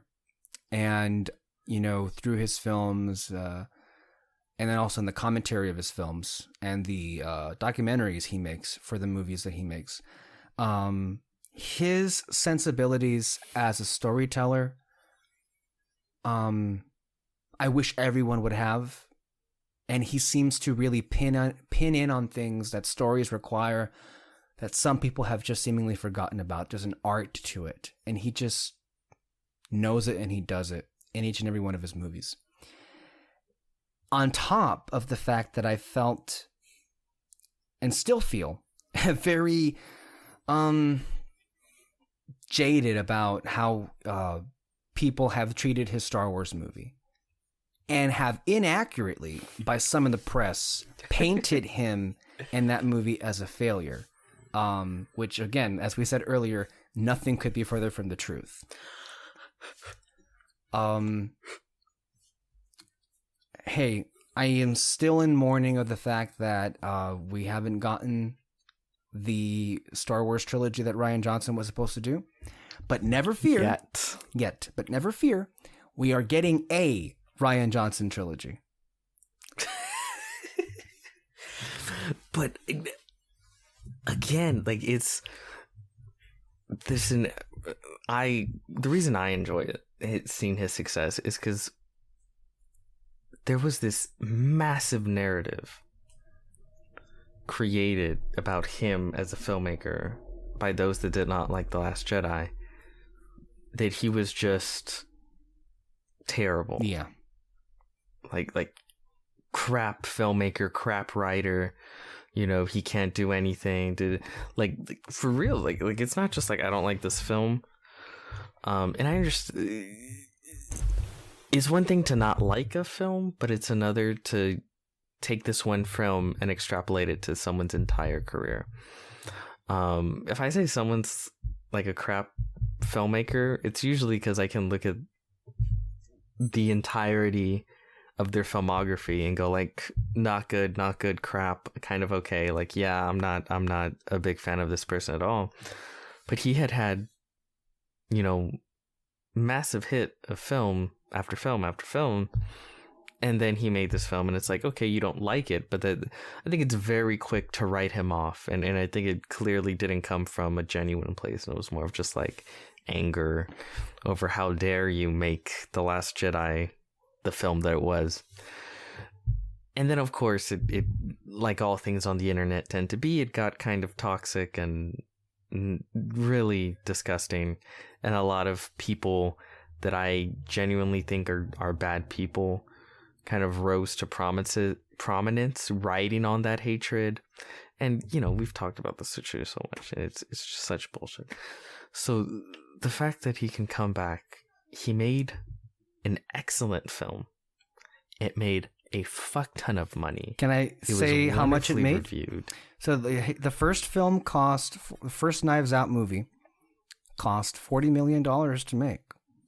And it turned in a global gross of $311 million worldwide. An original film. That's what we call a profit. Yep. Yeah. That is a hell of a fucking profit for an original murder mystery film.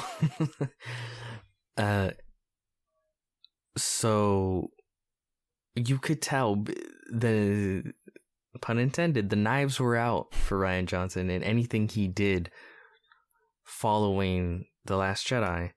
So the fact that he's found such wonderful success, yeah, it does put a smile on my face. And in some way, we may have to credit those awful people that went after him for The Last Jedi, because I think in interviews he has spoken to the fact that those interactions partly inspired him to make Knives Out, or at least has expressed some of that in the movie itself, which then in and of itself became a franchise, an original film that was so successful with audiences, general audiences at the box office even, that it generated a trilogy. I mean, and that in and of itself is big, but that Netflix seized on this and ordered 2 sequels for $450 million. And in the last year, Ryan wrote 2 movies. I'm sure he had time. Now, I assume the $450 million isn't the budgets. It's the money. It's how much they spent to buy these movies, basically, because Yes. I believe there was a bidding war of sorts between Amazon, Apple, and Netflix to acquire this lucrative deal, and Netflix beat them out. Mm-hmm. No, I think it's great. I love it. And of course, Daniel Craig. I mean, the happenstance of this is also just like, again, Daniel Craig wouldn't have been in this movie if it weren't for the fact that the James Bond movie he was on continuously kept postponed. Like, it kept collapsing. You know, directors, I think a director was switched in and out, and then it was postponed. The filming of it was postponed, so he had nothing on, and he had just enough time to make this movie. And the fact that he himself specifically will be back for both of them. Oh my God, I can't wait. I can't wait. Although I will say I'm not looking forward to Kyle's reaction to the movie, so maybe I can wait. Because all we need to... You won't have to sit next to him in the theater. Maybe that's one. That's one positive to it. But you alluded to something I do lament, though, is this was such a hit, in large part because of its success in theaters. Also, watching it with people was hilarious as well. I do lament the fact that that's not going to be something we're going to be able to experience with these sequels. I much more lament the fact that Blu-rays for these sequels will be next to impossible to acquire. And as somebody who loves Knives Out, I believe Knives Out was my second favorite movie of 2019. Not your first. It was my second favorite movie of 2019. It is a little bit depressing on that level, but all around, it is what it is. This is a phenomenal story. I love it. I think it's great. Mm-hmm. I'm very happy. Like I said, the success makes me happy. So about those Star Wars movies. Well, I guess that's not happening anytime soon, is it? No, but let's be real. The making those films, like, I don't know. Like, I assume he is writing or wrote both sequels back to back. Mm-hmm. Theoretically, he could film it back to back. He could. They're going to start filming June 28th in Greece. And they haven't casted yet. They're casting right now. And they're going to start filming. That's what in I June. mean. Yeah. Like it's the turnaround for making these films is insanely quick. Like like you said, like not James Bond. What's his name? Daniel Craig had a small amount of time before he had to go back to James Bond, just a few weeks, and he took that opportunity to do this film, and that's the reason we have it. So realistically, he'll probably have shot and finished both these films before another Star Wars film is released in theaters. And for reference point, Rian Johnson, I believe he said in his documentary for The Director and the Jedi, he spent 4 years making The Last Jedi.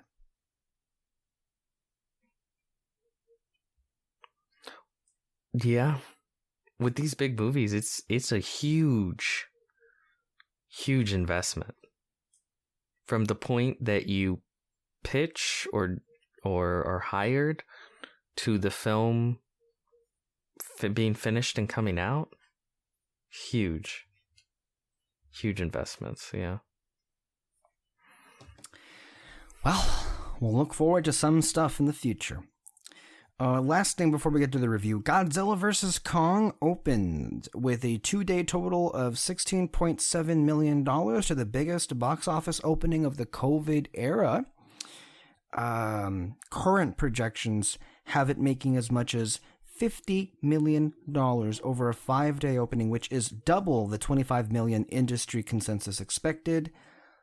This movie is seemingly the first one to actually generate enough attention that people are actually going to the movies to see this, Peter. How about that? I wonder why. Since we're here, let's go ahead and get into our review of Godzilla vs. Kong. Mr. Martinez, can you please cue up the Letterboxd sponsored I believe bio or summary or synopsis. Yes. Synopsis is the right word.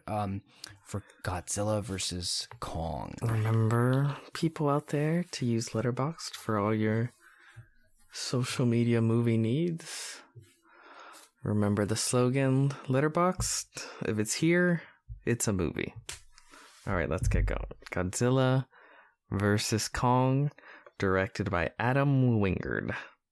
One will fall. In a time when monsters walk the earth, humanity's fight for its future sets Godzilla and Kong on a collision course that will see the two most powerful forces of nature on the planet collide in a spectacular battle for the ages.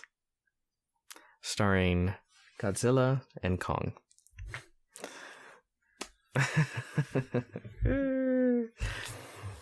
How'd you feel about it? By the way, just to let everyone know, we had a wonderful screening. Outdoor. Used a projector. Big sound system. It was a hell of a time. Yes. So, Mr. Alexis J. Soto, you hate these films. They're not So my how cup did of you feel about this They're one? not my cup of tea. No. Yeah, that's what I said. Yeah. I think hating I don't hate them. Like, if I hated watching them, why would I participate in a screening of it? In fact, I really kind of want to see this in theaters. I'm not gonna lie. Like, It's made for it. I feel like I'll just say off top, I'm not really a big fan of the movie, but I'm not really a big fan of these movies. So I mean, that's kind of how they are for me. But I still would pay money to see this again, just to see those fights on the big screen. So there's that. So, like, say the word, Peter, and I'm there. We'll go see it again. No, look, kaiju films are what they are, and seemingly, for reasons I can't really put eloquently, they never have really spoken to me. I understand that, though. They're very niche and very dumb. Right. The drawl is big, dumb monsters punching each other. Right. Right. And I've always said, either you get it or you don't.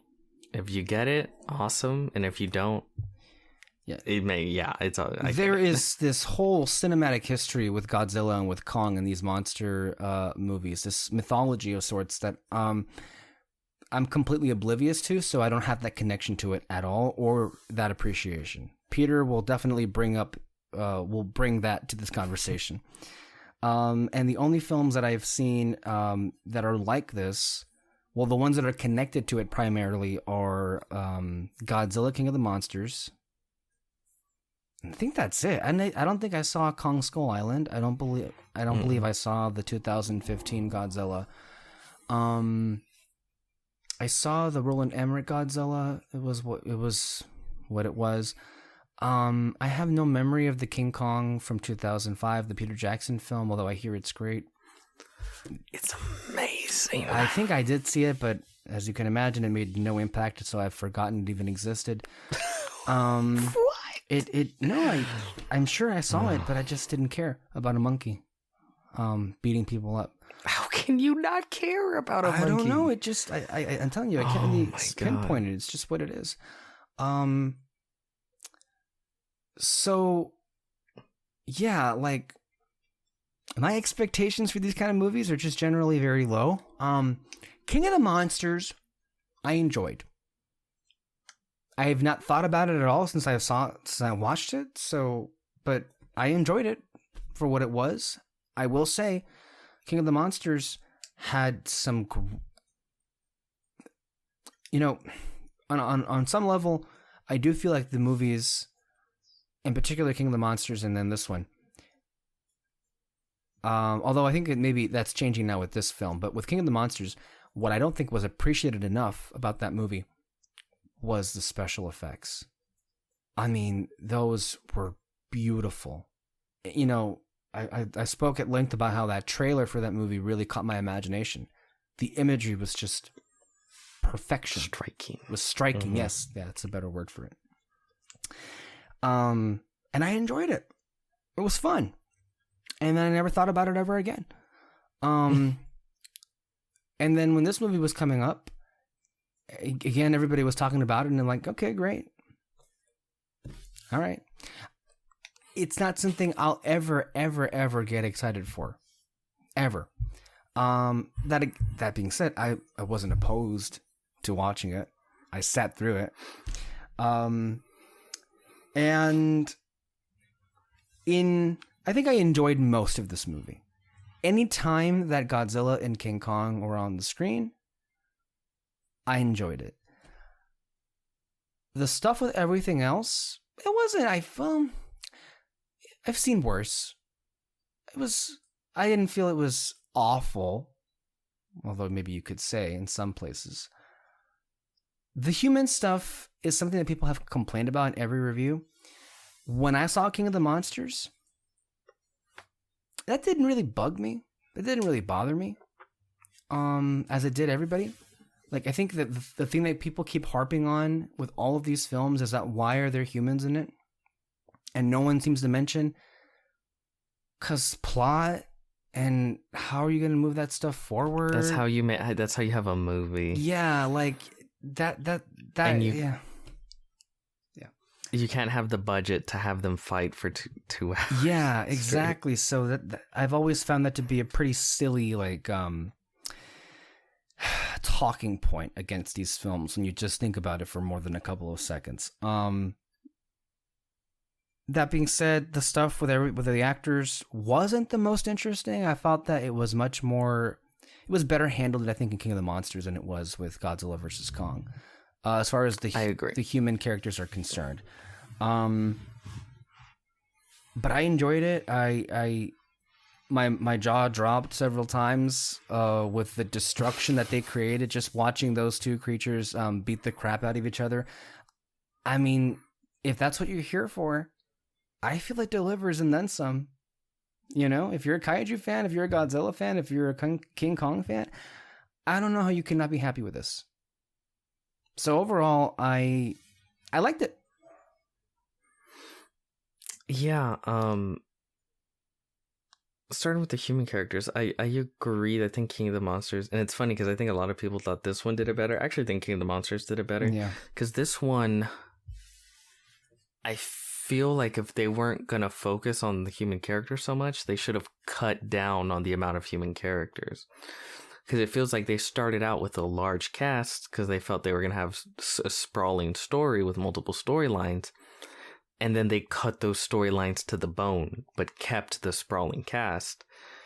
So it's just either you have a short, to the point human story with few human characters, or you just decide again to have a 2.5 hour epic with all those large characters. The way they did it, I think didn't work. Because the characters that did work were the people that traveled with Kong, I think, with like the little girl, right, and then like the mother type character, and then one of the Skarsgårds. That worked. Yeah. Also because they were part of what was going on, right? They were part of the action. Mm-hmm. So that's why it worked. There was a certain investment with them. They were part of everything. But then you have everything with Millie Bobby Brown and those characters, and they're not part of the film. Not really. Right? Like, because you have the action going on with Godzilla and Kong and you know, the Hollow Earth and all this action and pushing the story. And that's where you have those human characters. And then you get to these human characters, and they're not, you know, it's like a whole other film. They're off doing other shit that doesn't necessarily connect. And not only that, the villains, again, so you can tell so much of this was just cut to the bone, where they had so much more written. The one guy that's piloting Mechagodzilla, that's Serizawa's son. Why? I assume there was actually a pretty big storyline for him previously, and it was just cut down to nothing. And if I'm correct, didn't Serizawa sacrifice himself in the last film in a big scene? Yes. Yeah. I like, to me, I feel like I'm the only one that likes the big sprawling human epic stuff in these kaiju films. Like everyone attacks Peter Jackson's King Kong for like, because it's like 3-hour film, and the first hour or so is just all human stuff. Like they don't even get to the island until like over an hour in, and I'm like, I love that stuff. I love it a lot. Yeah. Here's the thing. Godzilla and King Kong, they're not really characters. They can't speak. How are they going to hold a film together where they're not just fighting the entire time? Yeah. That's why you need the human element in there to make a film out of it. Otherwise, what you're left with isn't a movie, it's a WWE match. It's a cutscene. I don't know how you can get around humans without having Godzilla and King Kong talk I also am not aware if there have been versions of that ever happening. So, in the cartoons. But no, I'm one of the few people that actually likes the human stuff and the kaiju. I liked it in Godzilla, King of the Monsters. I somewhat liked it with some characters in Kong Skull Island. And I actually think there was interesting characters here where if you elaborated on them, I would enjoy it. Like the Serizawa's son, there's probably an interesting story there that I would like to know about. You know what I mean? I would probably cut Millie Bobby Brown's stuff entirely. Not that stuff is bad, but it's just, I just feel it kind of weighs the movie down. It just I felt, would cut that whole yeah, subplot. It felt useless for the most part, including even having like Kyle Chandler back in here. I mean, they had the movie last time. They didn't really need to be here. I guess in theory they were in here for, I guess, some kind of connective tissue. And I think someone mentioned it on one review that I watched, that it felt as if they needed Millie Bobby Brown around to just have someone defend Godzilla for what happened. Yeah, that's why, because they wanted two teams. They wanted a human Kong team and a human Godzilla team. The problem with that is the human Kong team is part of the action. They're part of pushing the plot. Like they are there when they fight on the carriers, and you know their decision and their choices change the course of the fight. They're the one, you know, going into the Hollow Earth. They're doing all the interesting stuff and they're part of everything. Whereas Millie Bobby Brown and her characters just aren't. They're off like investigating things, kind of, maybe. And again, we get no real genuine introduction to these characters because it's cut to the bone.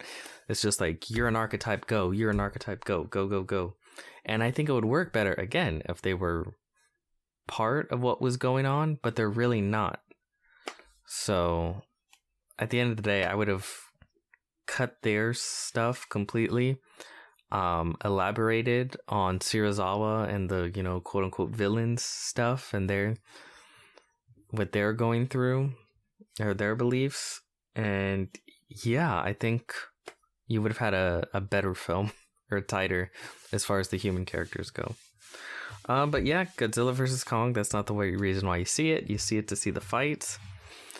And the fights are great. I think the fights are genuinely great. I think the CGI is great. You can see the fights. There's weight to it. They're inventive with a lot of stuff they do. It's just a massive brawl. Oh, going back to the story stuff a little bit. I really love the goofy science fiction lore that's in these films. You know what I mean? Right. With like ancient civilizations, Hollow Earth. Right. The idea of there was this, you know, ancient war between Godzilla and Kong's people. Yeah. I like that stuff. Include more of that. Again, cut out the human characters.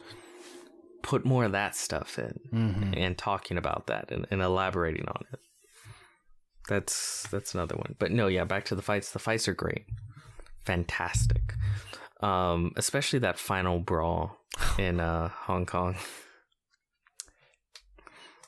A couple of things there with that. And we're going to get into some spoilers here now, if we didn't already get there. Part of what I was wondering before watching this movie was how King Kong would even stand on his own against Godzilla, because in other like versions, I do believe like it wasn't like King Kong was significantly smaller than Godzilla. But I didn't see Kong Skull Island, so I guess in that version he is much bigger, to the point where he is the Titan that, well, as you see, can basically stand toe to toe with Godzilla. I can't really we know what this movie is for. And so, like, all of these issues of,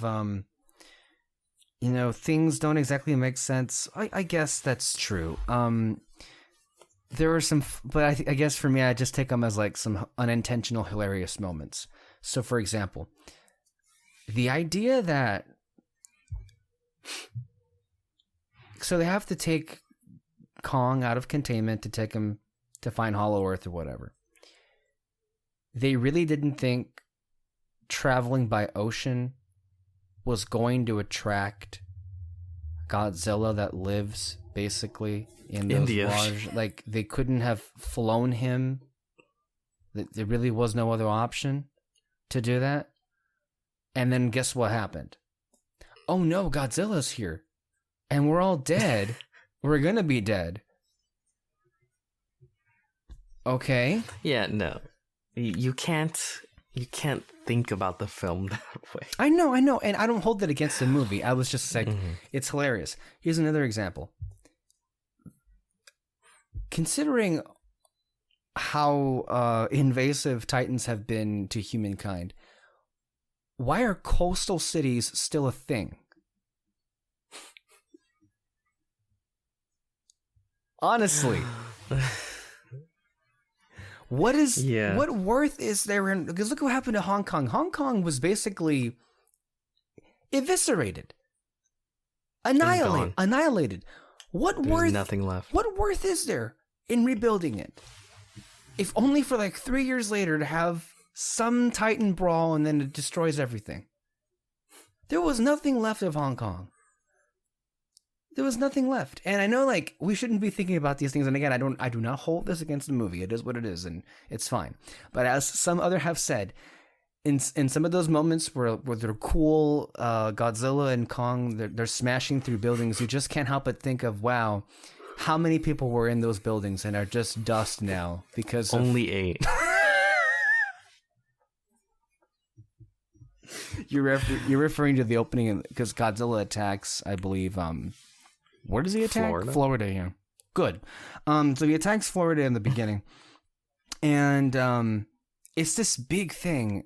And what we found hilarious was in a news report covering that event, only 8 people died in that attack. There were like 8 dead. But it's so, what's funny is they talk about like the world is at stake. And it's like, during Godzilla's entire rampage, he only took out 8 people. What do you mean the world is at stake? He's clearly not doing a very good job at destroying humanity. Like, I'm not saying it's okay for 8 people to die, but I don't know if I would consider that the world being at stake.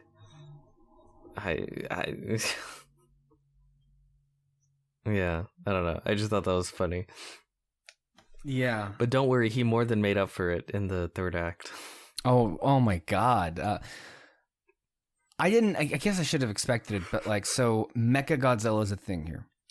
And it's like, here's a hilarious thing. This is another versus movie that ends up not really being a versus movie. So it's like Batman v Superman. So the movie is called Batman v Superman, but in the end, they're both team up against a greater evil in the form of Doomsday.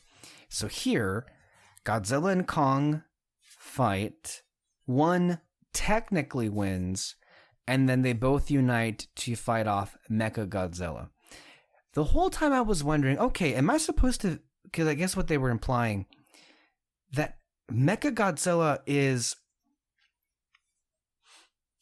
so they used the brain of King Ghidorah, who was dead from the last movie, to power up this robotic device. And I guess we're supposed to infer that spiritually the ghost of Ghidorah transferred over to become the consciousness for Mecha Godzilla to then rip free from his programming and just start destroying everything. Is that what we're supposed to have inferred? See, you say that like it's crazy. I thought that was perfectly clear. I inferred it, but I was like, are we like, because we just kind of glide over it. Okay, again, they don't matter in the grand scheme of things, but these are just things that occur to me. So it feels like it was blatantly obvious to you. Blatantly obvious. No. Oh God, I loved. This is the one versus movie where I think that the secret villain team up actually worked. Because I wasn't expecting it, to be honest with you. Like, I knew Mechagodzilla was a thing because you guys have told me, and I knew eventually that would come into play in one of these movies. I wasn't expecting him to pop up in this. But when he did, you were like, "Oh, I see where this is going." Yeah. But you did have a definitive winner. Godzilla does win. I did predict that. Yeah. Even though I was Team Kong. But they did give you a definitive winner. And the brawl between Godzilla and Kong and Mechagodzilla, not only do I think it makes the most sense out of all of these, but it's also the coolest and the most fun. Yeah. Like, they're animals, so their reasonings are very basic, right? And the reasoning is they are both alpha titans with supposedly long history, at least species-wise. And this is another thing that just is kind of thrown out there and not really discussed, is apparently they have been fighting for a while. Yeah. Since the end of the last film. And that's why Kong is contained. Like, they understand, like, they are both alpha titans, and because of that, they are drawn to each other to want to fight for dominance. And apparently this has been happening. So that's why at the beginning Kong is sort of in isolation on Skull Island. But to me that makes sense, right? Like, okay. And it's fun because at that point it is a WWE match type thing. Like, I want to be top dog. No, I want to be top dog. Okay, fight. Let them fight. But then when they team up, it's like, okay, we got this other crazy ass alpha over here. That's the real enemy. Let's tag team this shit and take him out. And it's so much fun. like they both grab Mechagodzilla by the arm and like ram him into a building. They're jumping. They have the last minute assist with Kong's axe, which we don't even talk about Kong's axe, where Godzilla uses his breath to charge it up. That was amazing. That was amazing. It was hilarious and amazing at the same time. So he can use it to deal the death blow to Mechagodzilla. Mm-hmm. It was, to me, the dumb cheesiness shines in that kind of stuff right there. Right, yeah. Like there was a moment where, again, calling back to Kong's long history, he's on top of a building, right? Right. Very similar to imagery you've seen in the past, especially back to the first film where he fell off the Empire State Building. But he literally does like a fucking look over there, where he throws a piece of machinery at a building and Kong turns, and then he leaps behind him and like body slams him into the building. It's just fucking fun. So well done, so fun. I liked it. And again, I like the Hollow Earth stuff. I like I think that's fun and interesting. Yeah. And you know, the fact that there's all of that like mythical, all the mythical aspects to the Monsterverse are, I think, what gives it an extra layer of interesting that makes it just makes it a little bit more than just punch. Right. Gives it that little flavor more. But no, I I enjoyed the film, obviously. No, man, it was a lot of fun. It was a lot of fun. And yeah, I'm actually, itching to watching it again. I'm kind of curious to like, if I have time to like, because I haven't seen Godzilla or Kong Skull Island, so those would be new movies to watch. And then King of the Monsters, and then Godzilla versus Kong. And I have to say, look, as somebody who, again, look for Godzilla versus Kong and King of the Monsters. For somebody who doesn't, these movies don't really speak to me all that much. I do enjoy them. I do. They're very fun.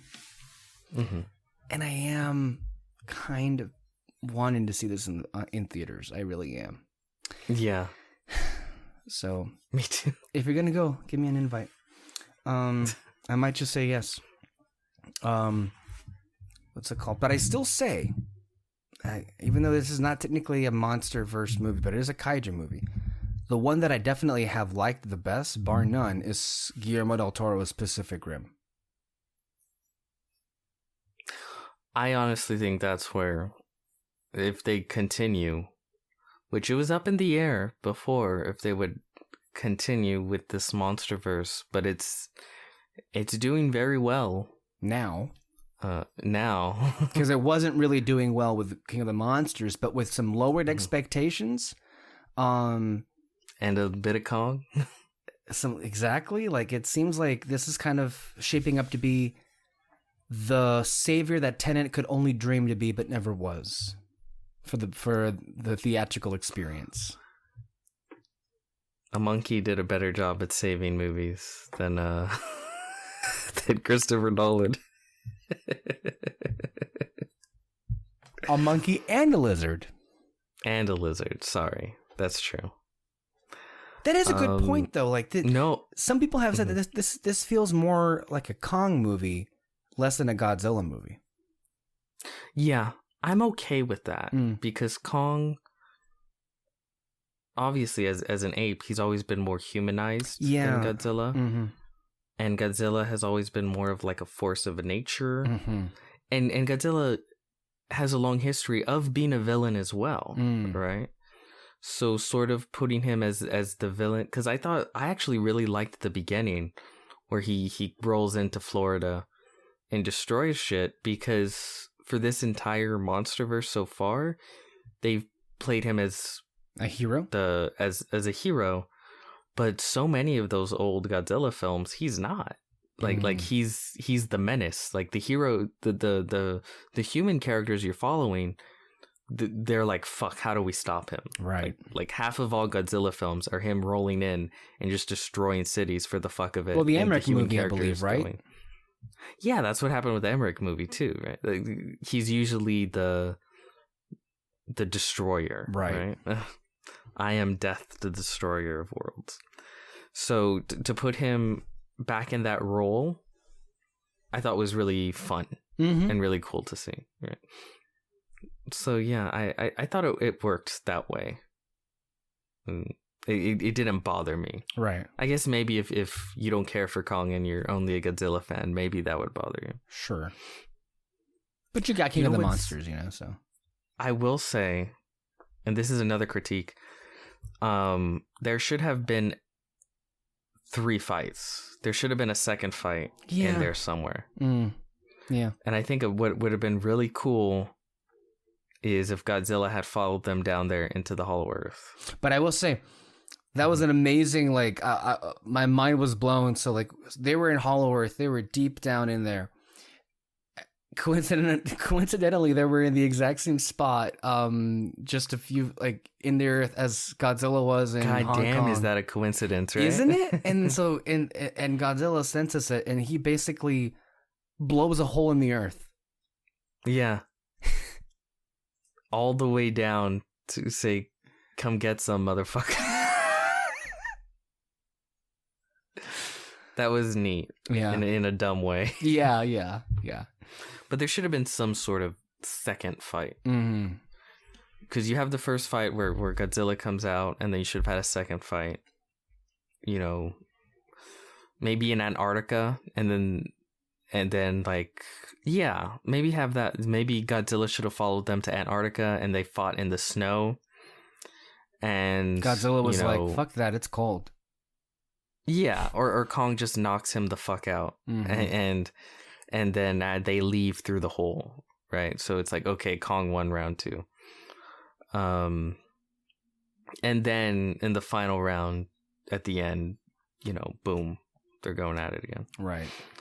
But yeah, that's another little critique I would make. But yeah, overall, it's a blast. Yeah, definitely recommend it. I don't know what else to say. Recommend it. I thought it was good. Thought it was so much fun. And if you need a movie to go see it. If you're gonna go in theaters, go. But I ask, keep distance, be safe, and take care of yourselves. And yeah, where does this franchise go from here, Peter? I told Kyle this. I think they should just go. They should be copying comic books and comic book movies at this moment and go full on multiverse. I say Godzilla falls through the kaiju multiverse. Oh my God. I think he pops into Pacific Rim and fights Jaegers. I say he, you know, pops around and fights the Cloverfield monster. Oh my God. Yeah. I think do something to that sort. I think that wouldn't you love to see Godzilla take on the Jaegers? I think that would work. Sure. As far as where you go next. Hell, if they want, they could even pop in to the DC universe.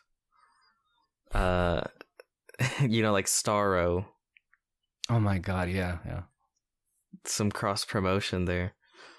I say just have fun with it. I think that's what they need. They need to have fun with it and just go for that kind of shit. And it should be noted that as far as the track record, and we had already spoken to the fact that the previous MonsterVerse films, in terms of King of the Monsters, Kong Skull Island, and Godzilla, they did kind of receive lukewarm responses from audiences. Not Godzilla versus Kong. It got an A cinema score, the highest one of them all. And you know what? Like, most people seem to be happy with this movie. So, yeah, because it delivered on its title. Yeah, that's all it had to do, and it did it. So yeah, I'm happy for them.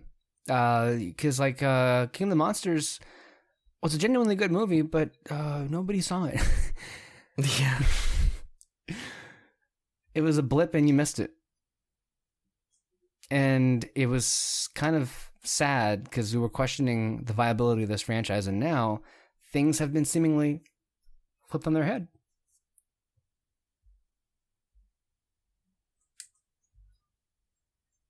All right. Well, I think we're just about ready to wrap it up. Thank you all for listening. As a reminder, you can listen to our podcasts anywhere you listen to podcasts: Apple, Spotify, CastBox, iHeartRadio, Google. Every single Sunday, sometimes on Thursdays. Yeah, we have our weekly recaps of The Falcon and the Winter Soldier with me and David. Catch the Fantasy Fair with Kyle, Lira, and Alexis Moreno. And then I assume, Mr. Martinez, April, come what may, we will release a top 10 movie show of 2020 with our panel.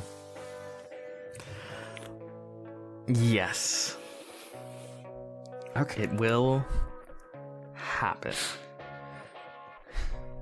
Eventually. It eventually will happen. Thank you for listening. Stay in the spotlight for more content, and we'll see you next time. Bye-bye. Holy shit, 3 hours?